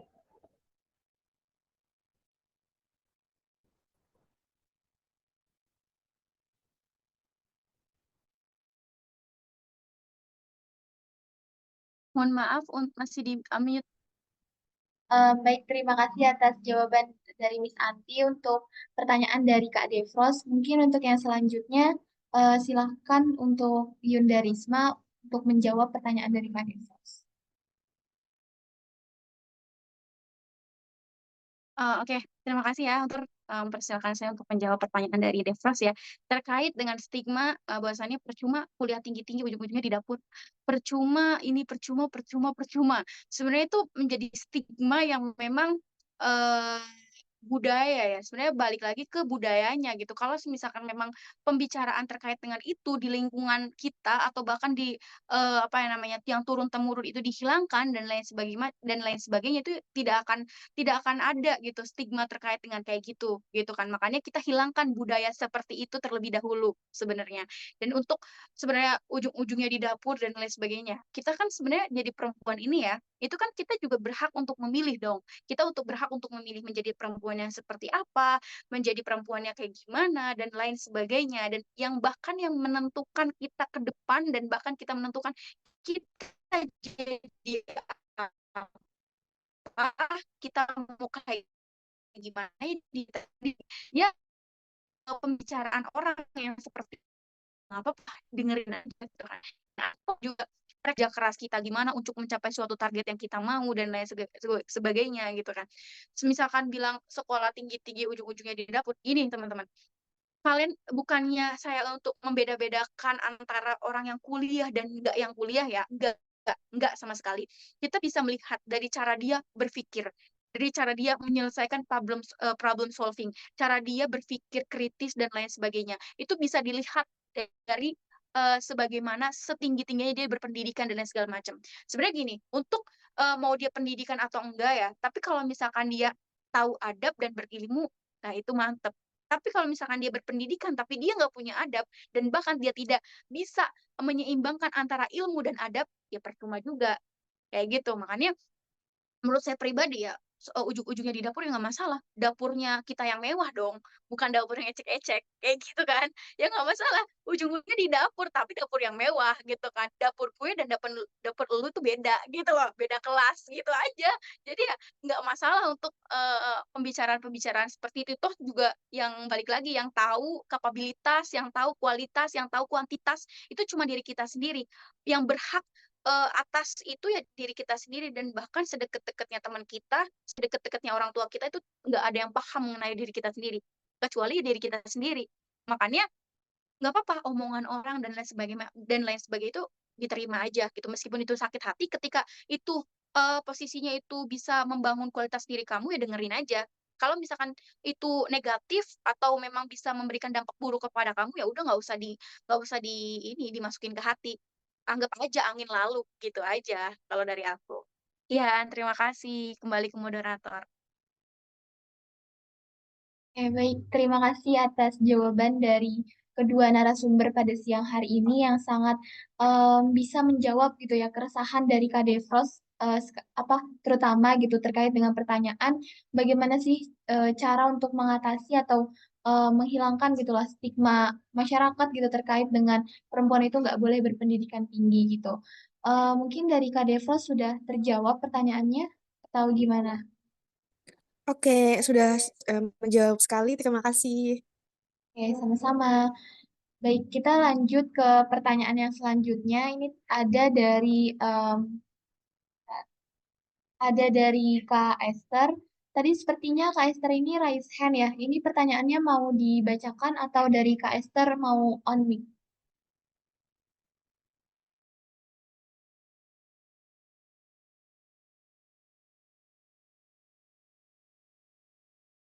Oke, baik, saya izin membacakan pertanyaan dari Kak Esther melalui kolom chat. Izin bertanya kepada pemateri. Yang pertama, ini sebenarnya ada 4 pertanyaan gitu ya. Jadi yang pertanyaan pertama itu adalah bagaimana menjadi wanita yang tangguh, independen, memiliki prinsip yang konsisten dengan lingkungan mayoritas pria seperti di korporat atau birokrat. Kemudian pertanyaan yang kedua, apakah emansipasi wanita sama dan bisa dikaitkan dengan gerakan feminisme mengenai pilihan hidup seorang wanita? Apakah ada bedanya seperti itu? Kemudian pertanyaan yang ketiga, bagaimana mengatasi pertanyaan orang atau keluarga seperti yang banyak mengatakan, kok kamu memilih bekerja, apakah suami kamu tidak bertanggung jawab atau disuruh kerja pasangan dan lain sebagainya gitu. Sedangkan itu pilihan pribadi sebagai wujud dari produktivitas dari diri kita masing-masing gitu sebagai seorang perempuan. Kemudian pertanyaan yang keempat, pertanyaan terakhir, untuk organisasi, apa yang bisa diikuti wanita yang sudah bekerja dan menikah atau belum menikah supaya semangat berjuang masih ada. Seperti itu, mungkin pertanyaannya bisa dijawab untuk 4 pertanyaan gitu ya, lumayan banyak.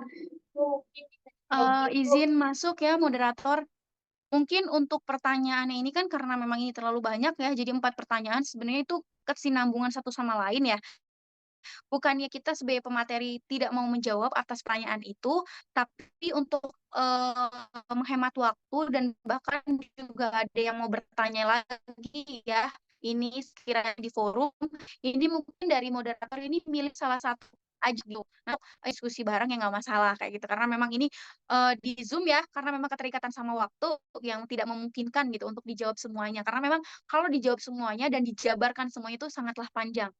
Terima kasih. Oke, baik. Jika seperti itu, maka saya izin memilihkan pertanyaan yang akan kita diskusikan bersama dua narasumber pada siang hari ini. Dari Kak Esther, itu pertanyaan yang pertama gitu, karena menurut saya ini pertanyaan yang menarik juga gitu. Bagaimana menjadi wanita yang tangguh, independen, memiliki prinsip yang konsisten dengan lingkungan mayoritas pria seperti di korporat atau birokrat. Seperti itu ya untuk kedua narasumber. Mungkin untuk sekarang yang menjawab duluan itu adalah dari Yunda Risma. Kepada Yunda Risma dipersilakan untuk menjawab. Oke, terima kasih. Ini sangat menarik banget ya. Bagaimana menjadi wanita yang tangguh ya, independen, memiliki prinsip yang konsisten dengan lingkungan mayoritas pria seperti di korporat. Sebenarnya itu balik lagi ya ke pribadi masing-masing dan balik lagi ke diri kita sendiri. Gimana sih cara kita memanajemen diri kita? Tadi kan sudah dijelasin nih. Tadi aku udah beberapa penjelasan yang sudah saya bahas terkait dengan manajemen diri, terkait dengan manajemen kita sebagai seorang pemimpin itu seperti apa, ketika kita memposisikan diri pemimpin di organisasi atau di mana, itu kita menjadi seorang pemimpin yang seperti apa dan lain sebagainya. Apalagi kita misalkan berada di lingkungan yang, mayoritas misalkan kebanyakan laki-laki dan lain sebagainya, itu nggak masalah ya menurut saya pribadi. Gimana caranya?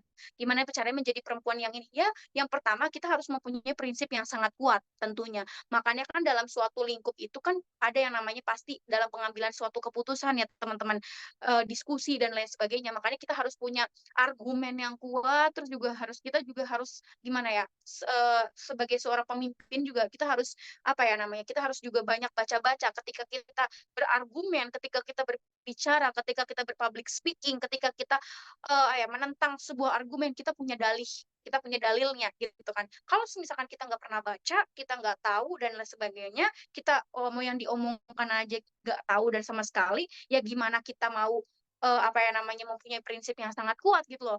Otomatis kayak nanti ya sama aja ya lu bakal di inilah, bakal di rendah-rendahin dan segala macam. Makanya pentingnya seorang perempuan itu mempunyai value. Nah itu, mempunyai value, kualitas diri, kuantitas diri untuk mencapai suatu target yang kita mau dalam suatu lingkup, suatu organisasi, perusahaan, ataupun apa itu. Makanya menjadi perempuan yang berkualitas, menjadi perempuan yang independen, menjadi perempuan yang hebat, karismatik, berprinsip, dan segala macam, dia harus punya value. Value, dia paham akan value-nya diri sendiri. Ketika dia nggak paham sama dirinya dia sendiri, gimana dia mau memahami orang lain, gimana dia mau memahami organisasinya, gimana dia mau memahami lingkungannya dan lain sebagainya. Dia aja nggak paham dirinya dia sendiri gimana. Dia nggak paham potensinya dia itu gimana dan lain sebagainya. Gitu. Perlu ada pengalaman, relasi, dan suami tiga, relasi aman, terus juga itu yang membuat kualitas kita ada, itu yang membuat value dalam diri kita tuh ada. Value itu sebenarnya itu harus dibangun, bukan jalan sendiri tuh untuk bisa berbicara di depan umum. Saya untuk menjadi seorang pemimpin, saya untuk berada di titik ini menjadi ketua HMI Komisariat Hukum Unsur itu tidak mudah. Banyak hal-hal yang memang perjalanan-perjalanan yang ngebuat saya nangis, ngebuat saya apa, dan lain sebagainya. Kalau diceritain ini memang sangat panjang banget ya untuk mencapai suatu hal yang ditargetkan, kayak gitu. Makanya butuh yang namanya pengembangan value atau kualitas diri kita, gitu. Gitu sih kalau dari aku.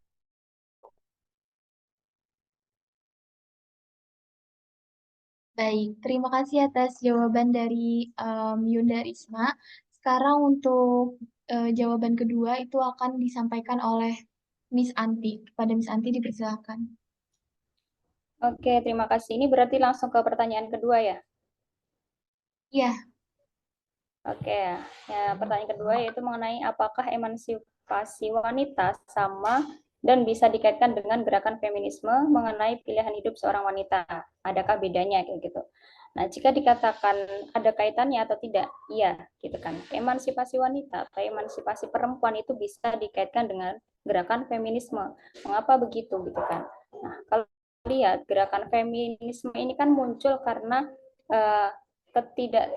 ketiadaan kesetaraan itu sendiri gitu kan, muncul karena adanya kesenjangan hak dan status sosial antara laki-laki dan perempuan kayak gitu. Nah, kemudian emansipasi itu sendiri, emansipasi perempuan itu ada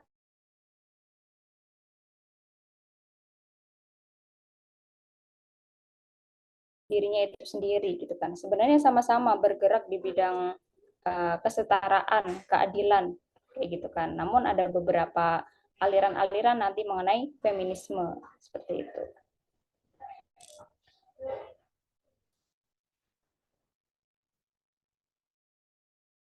oke baik. Terima kasih atas jawaban dari Yunda Risma dan juga Miss Anti. Untuk pertanyaan dari Kak Esther. Mungkin kita lanjut ke sesi Q&A yang selanjutnya, pertanyaan yang selanjutnya. Ini ada dua orang yang raise hand gitu, ada Kak Okta selaku MC dan juga ada Kak Diah Rahma Ayu. Mungkin untuk mempersingkat waktu, keduanya ini akan diberikan kesempatan untuk bertanya, namun untuk menjawabnya ini akan saya berikan satu-satu gitu, Miss. Pertanyaan dari Kak Diah akan dijawab oleh Miss Anti, dan kemudian pertanyaan dari Kak Okta itu akan dijawab oleh Yunda Risma, seperti itu. Mungkin yang pertama untuk Kak Diah Rahma Ayu dipersilakan untuk menyampaikan pertanyaannya.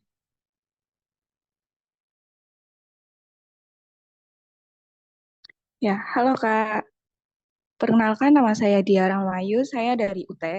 Izin bertanya Kak, Ya, dipersilakan. izin bertanya Kak. Bagaimana menurut Kakak terkait dengan stigma perempuan yang tidak diperbolehkan bekerja setelah menikah oleh suaminya? Terima kasih. Oke, baik. Mungkin untuk pertanyaan yang selanjutnya dulu ya, Miss Anti ya. Untuk dari Kak Okta, silahkan untuk menyampaikan pertanyaannya.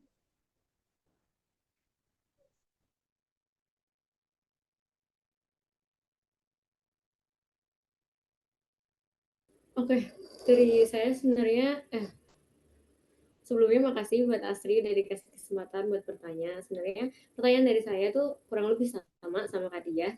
Gimana kalau kita ternyata dipertemukan oleh laki-laki yang punya pemikiran beranggap kalau cewek itu di rumah aja dan sebagainya, sehingga itu tuh bisa menghambat mimpi kita gitu untuk berkarir kita aja kan.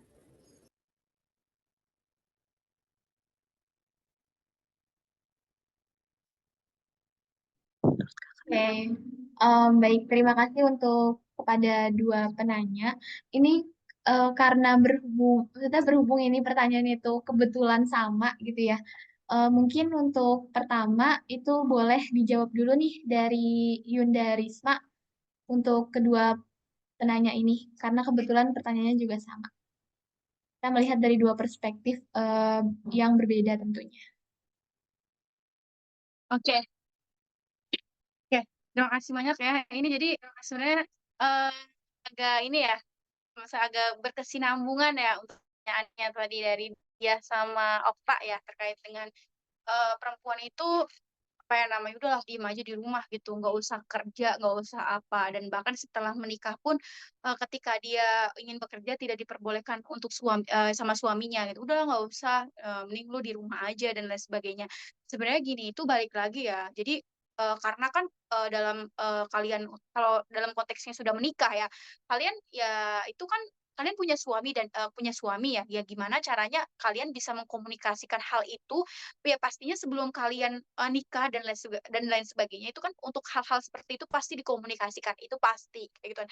Gimana sih baiknya kita ke depannya gimana sih ada yang kayak ya udah nggak apa-apa kamu setelah menikah kamu kerja juga, ada yang udah kamu gak usah kerja karena notabene kayak udah kamu lebih ngurus spesifikasinya ngurus anak aja, tapi gini teman-teman, Okta dan dia ya, sebenarnya gini untuk kalian di rumah aja pun sebenarnya bisa lah untuk meraih mimpi yang kalian mau. Gimana cara pandang suami kalian juga nanti ke depannya itu seperti apa kayak gitu, atau laki-laki kalian tuh ke depannya itu seperti apa, kayak sebenarnya kalian pengen S2, sebenarnya aku tuh pengen lanjutin S2 tapi setelah nikah aku harus di rumah gitu kan. Ya kalau misalkan laki-laki itu membiayai kalian untuk S2 ya kenapa enggak? Itu kan mimpinya juga mimpinya tercapai, duitnya juga lancar dari suami dan lain sebagainya kan kenapa enggak? Kalau bisa dua kenapa harus satu? Gitu loh. Makanya sebenarnya untuk pandangan-pandangan seperti itu ya, ini kan jadi sudut pandang orang itu kan beda-beda ya. Jadi perspektif orang tuh beda-beda. Ada yang beranggapan bahwasannya setelah nikah kita tuh susah dan lain sebagainya macam untuk meraih yang kita mau dan segala macam ya. Sebenarnya nggak masalah dan bahkan ada juga nih contoh ya, aku tuh kalau misalkan nikah takutnya nggak bisa traveling ke sana kemari bla bla bla, nggak bisa mengelilingi dunia atau mengelilingi Indonesia dan segala macam. Tapi setelah menikah dia haji, dia apa dan alhamdulillahnya rezekinya lancar dan lain sebagainya. Kenapa enggak kayak gitu kan? Dan makanya itu yang menimbulkan generasi Gen Z sekarang kayak takut nikah bahasanya kayak aku nggak mau nikah setelah nikah aku nanti juga nggak boleh suami aku buat kayak gini dan lain sebagainya. Sebenarnya itu balik lagi ya spesifikasi cowoknya itu, makanya untuk perempuan-perempuan di luar sana dan khususnya untuk Mbak Okta ya dan Mbak Dia itu memilihlah laki-laki atau pendamping hidup yang memang spesifikasinya ini baik dan jauh lebih baik dan bahkan yang menerapkan ilmu agama dan bisa mengimplementasikannya dengan baik gitu, dan cara mereka bisa menghormati perempuannya seperti apa, cara menghargainya seperti apa dan lain sebagainya kayak gitu. Makanya ya nggak masalah sih kalau misalkan perempuan. Tapi gini, balik lagi. Jadi kalau misalkan kalian nggak diperbolehkan untuk apa namanya bekerja atau gimana, seenggaknya kalian tuh punya usaha lah di rumah gitu kan. Misalkan kalian nggak boleh kerja di kantoran dan lain sebagainya, ya kalian boleh kerja di rumah aja gitu sambil ngurus anak dan lain sebagainya. Dan suaminya juga tetap diurus dan lain sebagainya. Kenapa enggak? Kayak gitu kan juga ada banyak cara lain untuk mencapai suatu target. Nggak harus kalian kerja jadi budak korporat atau di kantor di mana nggak harus, kalian sekarang bekerja di rumah live TikTok aja udah dapet duit gitu kan. Jadi nggak harus yang kalian kerja di kantor 24 jam berapa jam baru pulang atau merantau dan lain sebagainya, enggak juga yang kayak gitu, enggak juga gitu. Makanya balik lagi, kalian juga ya jadi perempuan itu harus serba bisa gitu loh, harus serba bisanya apa, ketika nanti kalian ditinggalkan oleh laki-laki kalian atau suami atau bahkan ditinggalkan dalam konteks meninggal, entah itu apa namanya ditinggalkan dalam hal cita-cita suaminya LDR dan lain sebagainya, kalian tuh harus bisa tetap hidup gitu loh. Meskipun kalian itu jauh LDR sama suami kalian atau bahkan ditinggalin apa namanya sama suami kalian, dan kalian harus bisa tetap berdiri sendiri di atas kaki kalian sendiri. Kayak gitu kalau dari aku. Oke, sangat mantap ya jawaban dari Yunda Risma ini gitu. Yang istilahnya emang perempuan tuh ya apa ya, apa ya, semoga bisa bertemu dengan em, sosok yang tepat gitu loh. Nah, sekarang kita dengerin dari perspektifnya Kak Siti Yulianti, Miss Anti, menyikapi terhadap pertanyaan dari Kak Diah dan juga Kak Okta. Silahkan Kak.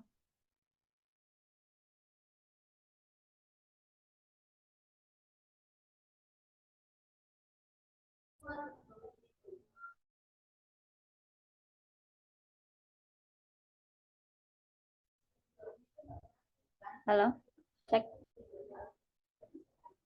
Oke, suara saya udah kedengeran ya. Mohon maaf ini keluar masuk.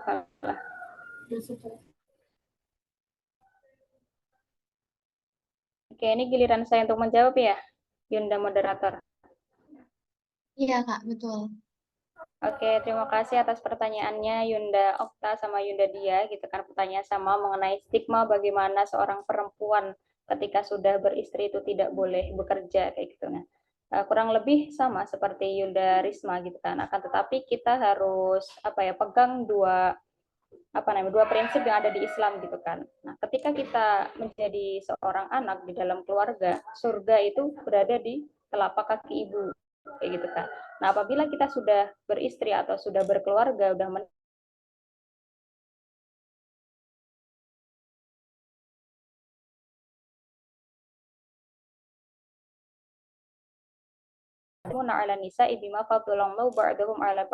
Nah, sejatinya laki-laki itu adalah orang yang bertugas untuk mencari nafkah. Nah, kemudian ketika kita ditanya sebenarnya puncak kebahagiaan yang hakiki ketika kita hidup itu apa? Kebahagiaan gitu kan. Nah, kebahagiaan itu kan banyak sekali kita peroleh.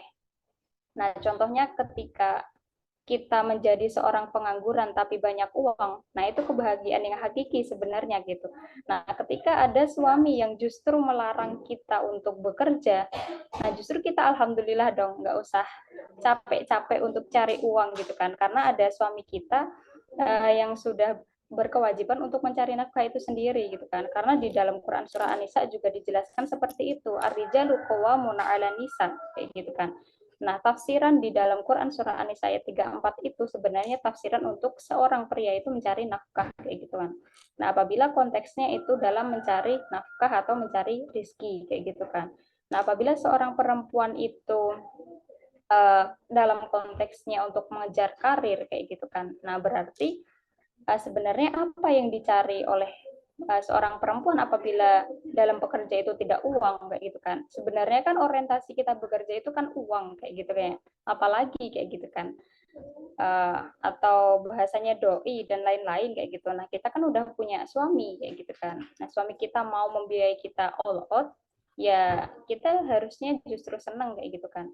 Nah, akan tetapi mungkin ada apa ya beberapa karir-karir di luar pekerjaan yang seharusnya kayak gitu kan. Mungkin ada beberapa karir yang kita mimpikan itu sebuah hobi atau skill kita dari dulu kayak gitu kan. Nah, mungkin kita bisa lakukan hal itu mungkin bisa di rumah dan lain-lain. Nah, apabila kita tidak bisa memperoleh sekarang, nah pasti kita diganti oleh pekerjaan-pekerjaan di lain waktu atau di kemudian hari yang itu tuh lebih maksimal lah.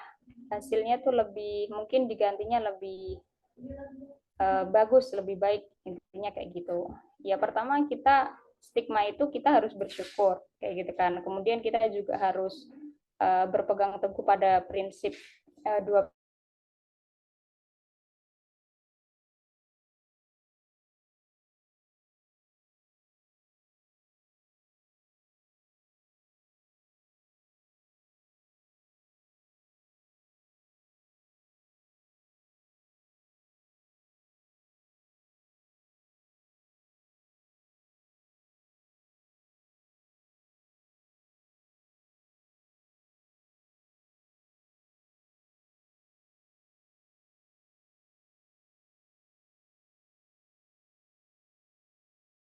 Oke, mungkin silakan bisa pertanyaan selanjutnya. Ada. Ya, baik. Terima kasih atas jawaban dari Miss Anti gitu yang tadi sudah menjawab pertanyaan dari penanya kita yang ketiga dan yang keempat gitu.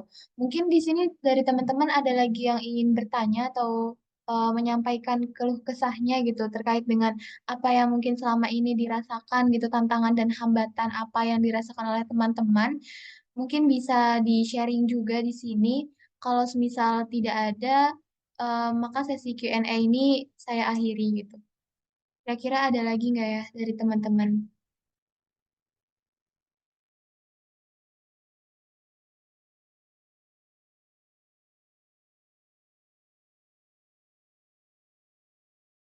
Mungkin untuk mempersingkat waktu, karena dari teman-teman juga dirasa sudah cukup terkait dengan diskusi dan juga penyampaian materi dari dua narasumber yang hebat, perempuan hebat pada siang hari ini yang telah berkenan untuk meluangkan waktunya menjadi pembicara kita untuk mengisi webinar pada hari ini.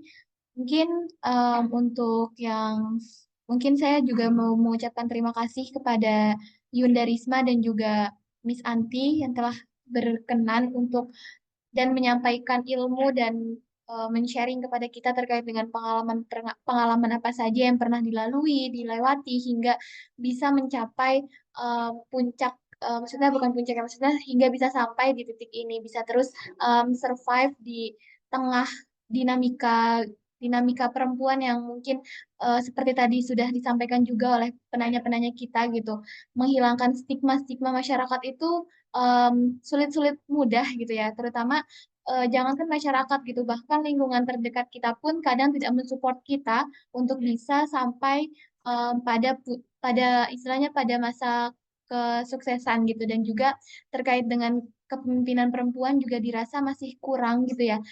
Masyarakat itu masih kurang aware terhadap permasalahan atau isu ini gitu.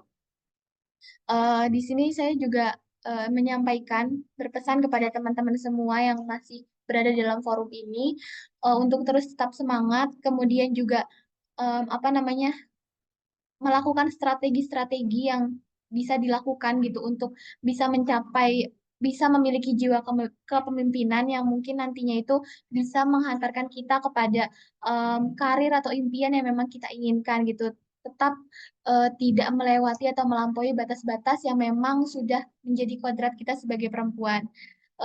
Seperti membangun jaringan gitu. Jadi relasi itu sangat diperlukan dan penting bagi teman-teman semua gitu.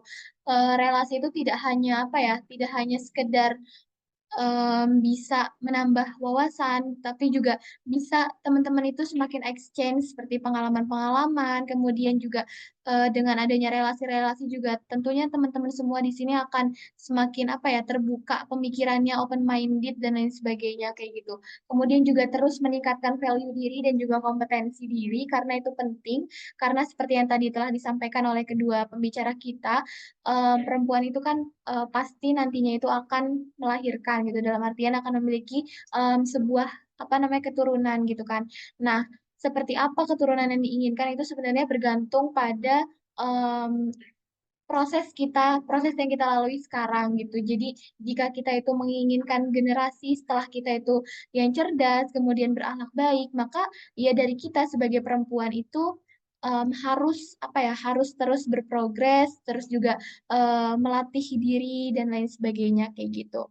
Mungkin di sini saya mengucapkan terima kasih dan sebagai sebelum saya mempersilahkan untuk Yunda Risma dan juga Miss Anti untuk meninggalkan forum ini, saya ingin menyerahkan sertifikat sebagai bentuk apresiasi dan juga em, penghargaan kami gitu karena telah bersedia untuk meluangkan waktunya. Mungkin kepada panitia kita silakan untuk sertifikat yang pertama diberikan kepada siapa dok?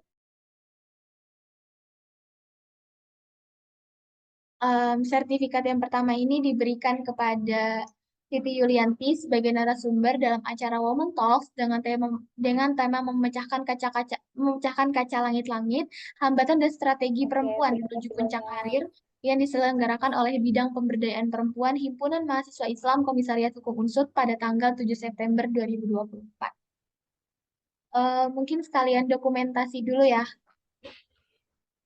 Saya hitung 1 sampai 3 ya. Satu, gaya ya teman-teman. 1, 2, 3. Oke, terima kasih sekali lagi saya ucapkan kepada Miss Anti.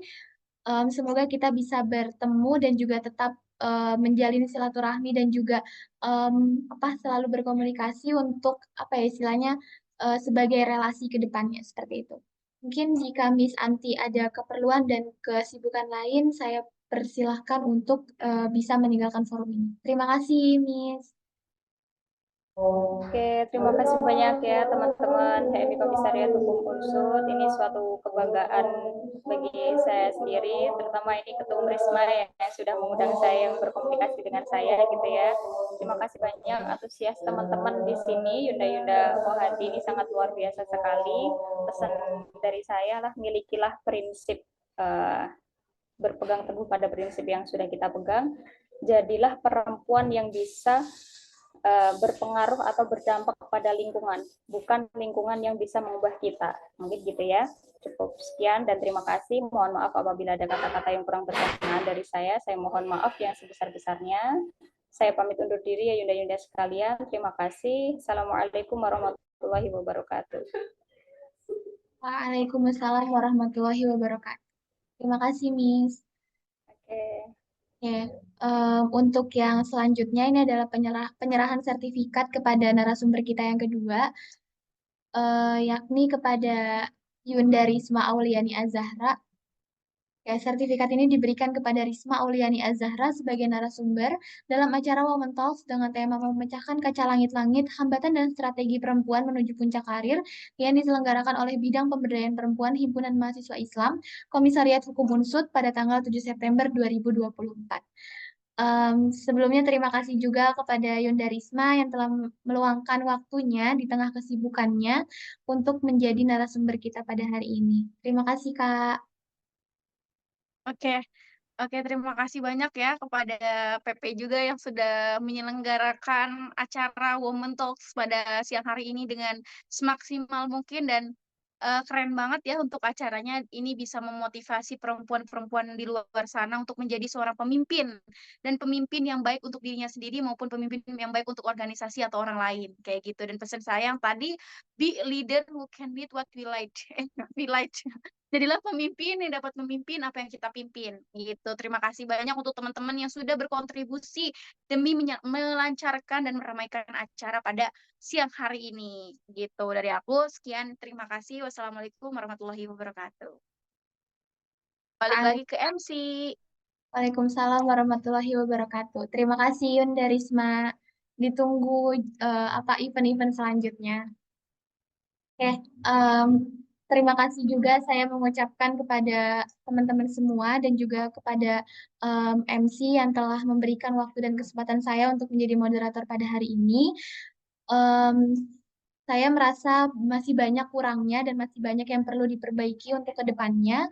Tetapi di sini saya ingin menyampaikan bahwasanya perempuan itu harus menjadi generasi yang kuat gitu. Artinya kita tidak boleh bergantung kepada siapapun, apalagi kepada istilahnya kepada laki-laki gitulah. Kita harus bisa dapat berdiri sendiri tanpa mengandalkan sesuatu apapun dari seorang laki-laki seperti itu. Karena dalam Islam itu kan dikatakan juga bahwasanya perempuan itu nantinya akan menjadi madrasatul ula gitu, pendidik dari generasi atau keturunan-keturunan yang nantinya akan kita apa istilahnya kita hasilkan gitulah. Mungkin sekian dari saya, kurang lebihnya mohon maaf. Wassalamualaikum warahmatullahi wabarakatuh. Saya kembalikan ke MC. Baik, terima kasih Kak Astri. Gimana nih teman-teman setelah mendengarkan materi dari pembicara kita yang sangat insightful. Menarik banget ya pastinya. Semoga ilmu yang telah disampaikan bisa bermanfaat untuk teman-teman sekalian. Nah, jadi kami sudah memilih 3 peserta dengan penanya terbaik. Jadi langsung saja saya umumkan, yaitu selamat kepada Kak Devros, Kak Esther, dan Kak Diah. Dan juga ada Kak Fiona yang sudah menjawab pertanyaan di awal acara. Ya, silakan untuk diklaim reward dari kami ke kontak person yang tertera. Tidak terasa ya, sudah sampai di penghujung acara. Jadi kami mengucapkan terima kasih kepada peserta yang sudah hadir dalam acara webinar ini, dan juga apresiasi untuk bidang PP HMI Komisariat Hukum Unsut yang telah menyelenggarakan acara dengan sangat luar biasa. Semoga teman-teman yang udah hadir bisa mendapatkan nilai positif dari acara kita hari ini, dan semoga yang dapat memberikan dampak baik untuk kedepannya. Saya Okta selaku pembawa acara pada hari ini pamit undur diri. Burung Pelican, Burung Cendrawasih, cukup sekian. Terima kasih. Sampai jumpa di acara berikutnya. Wassalamualaikum warahmatullahi wabarakatuh.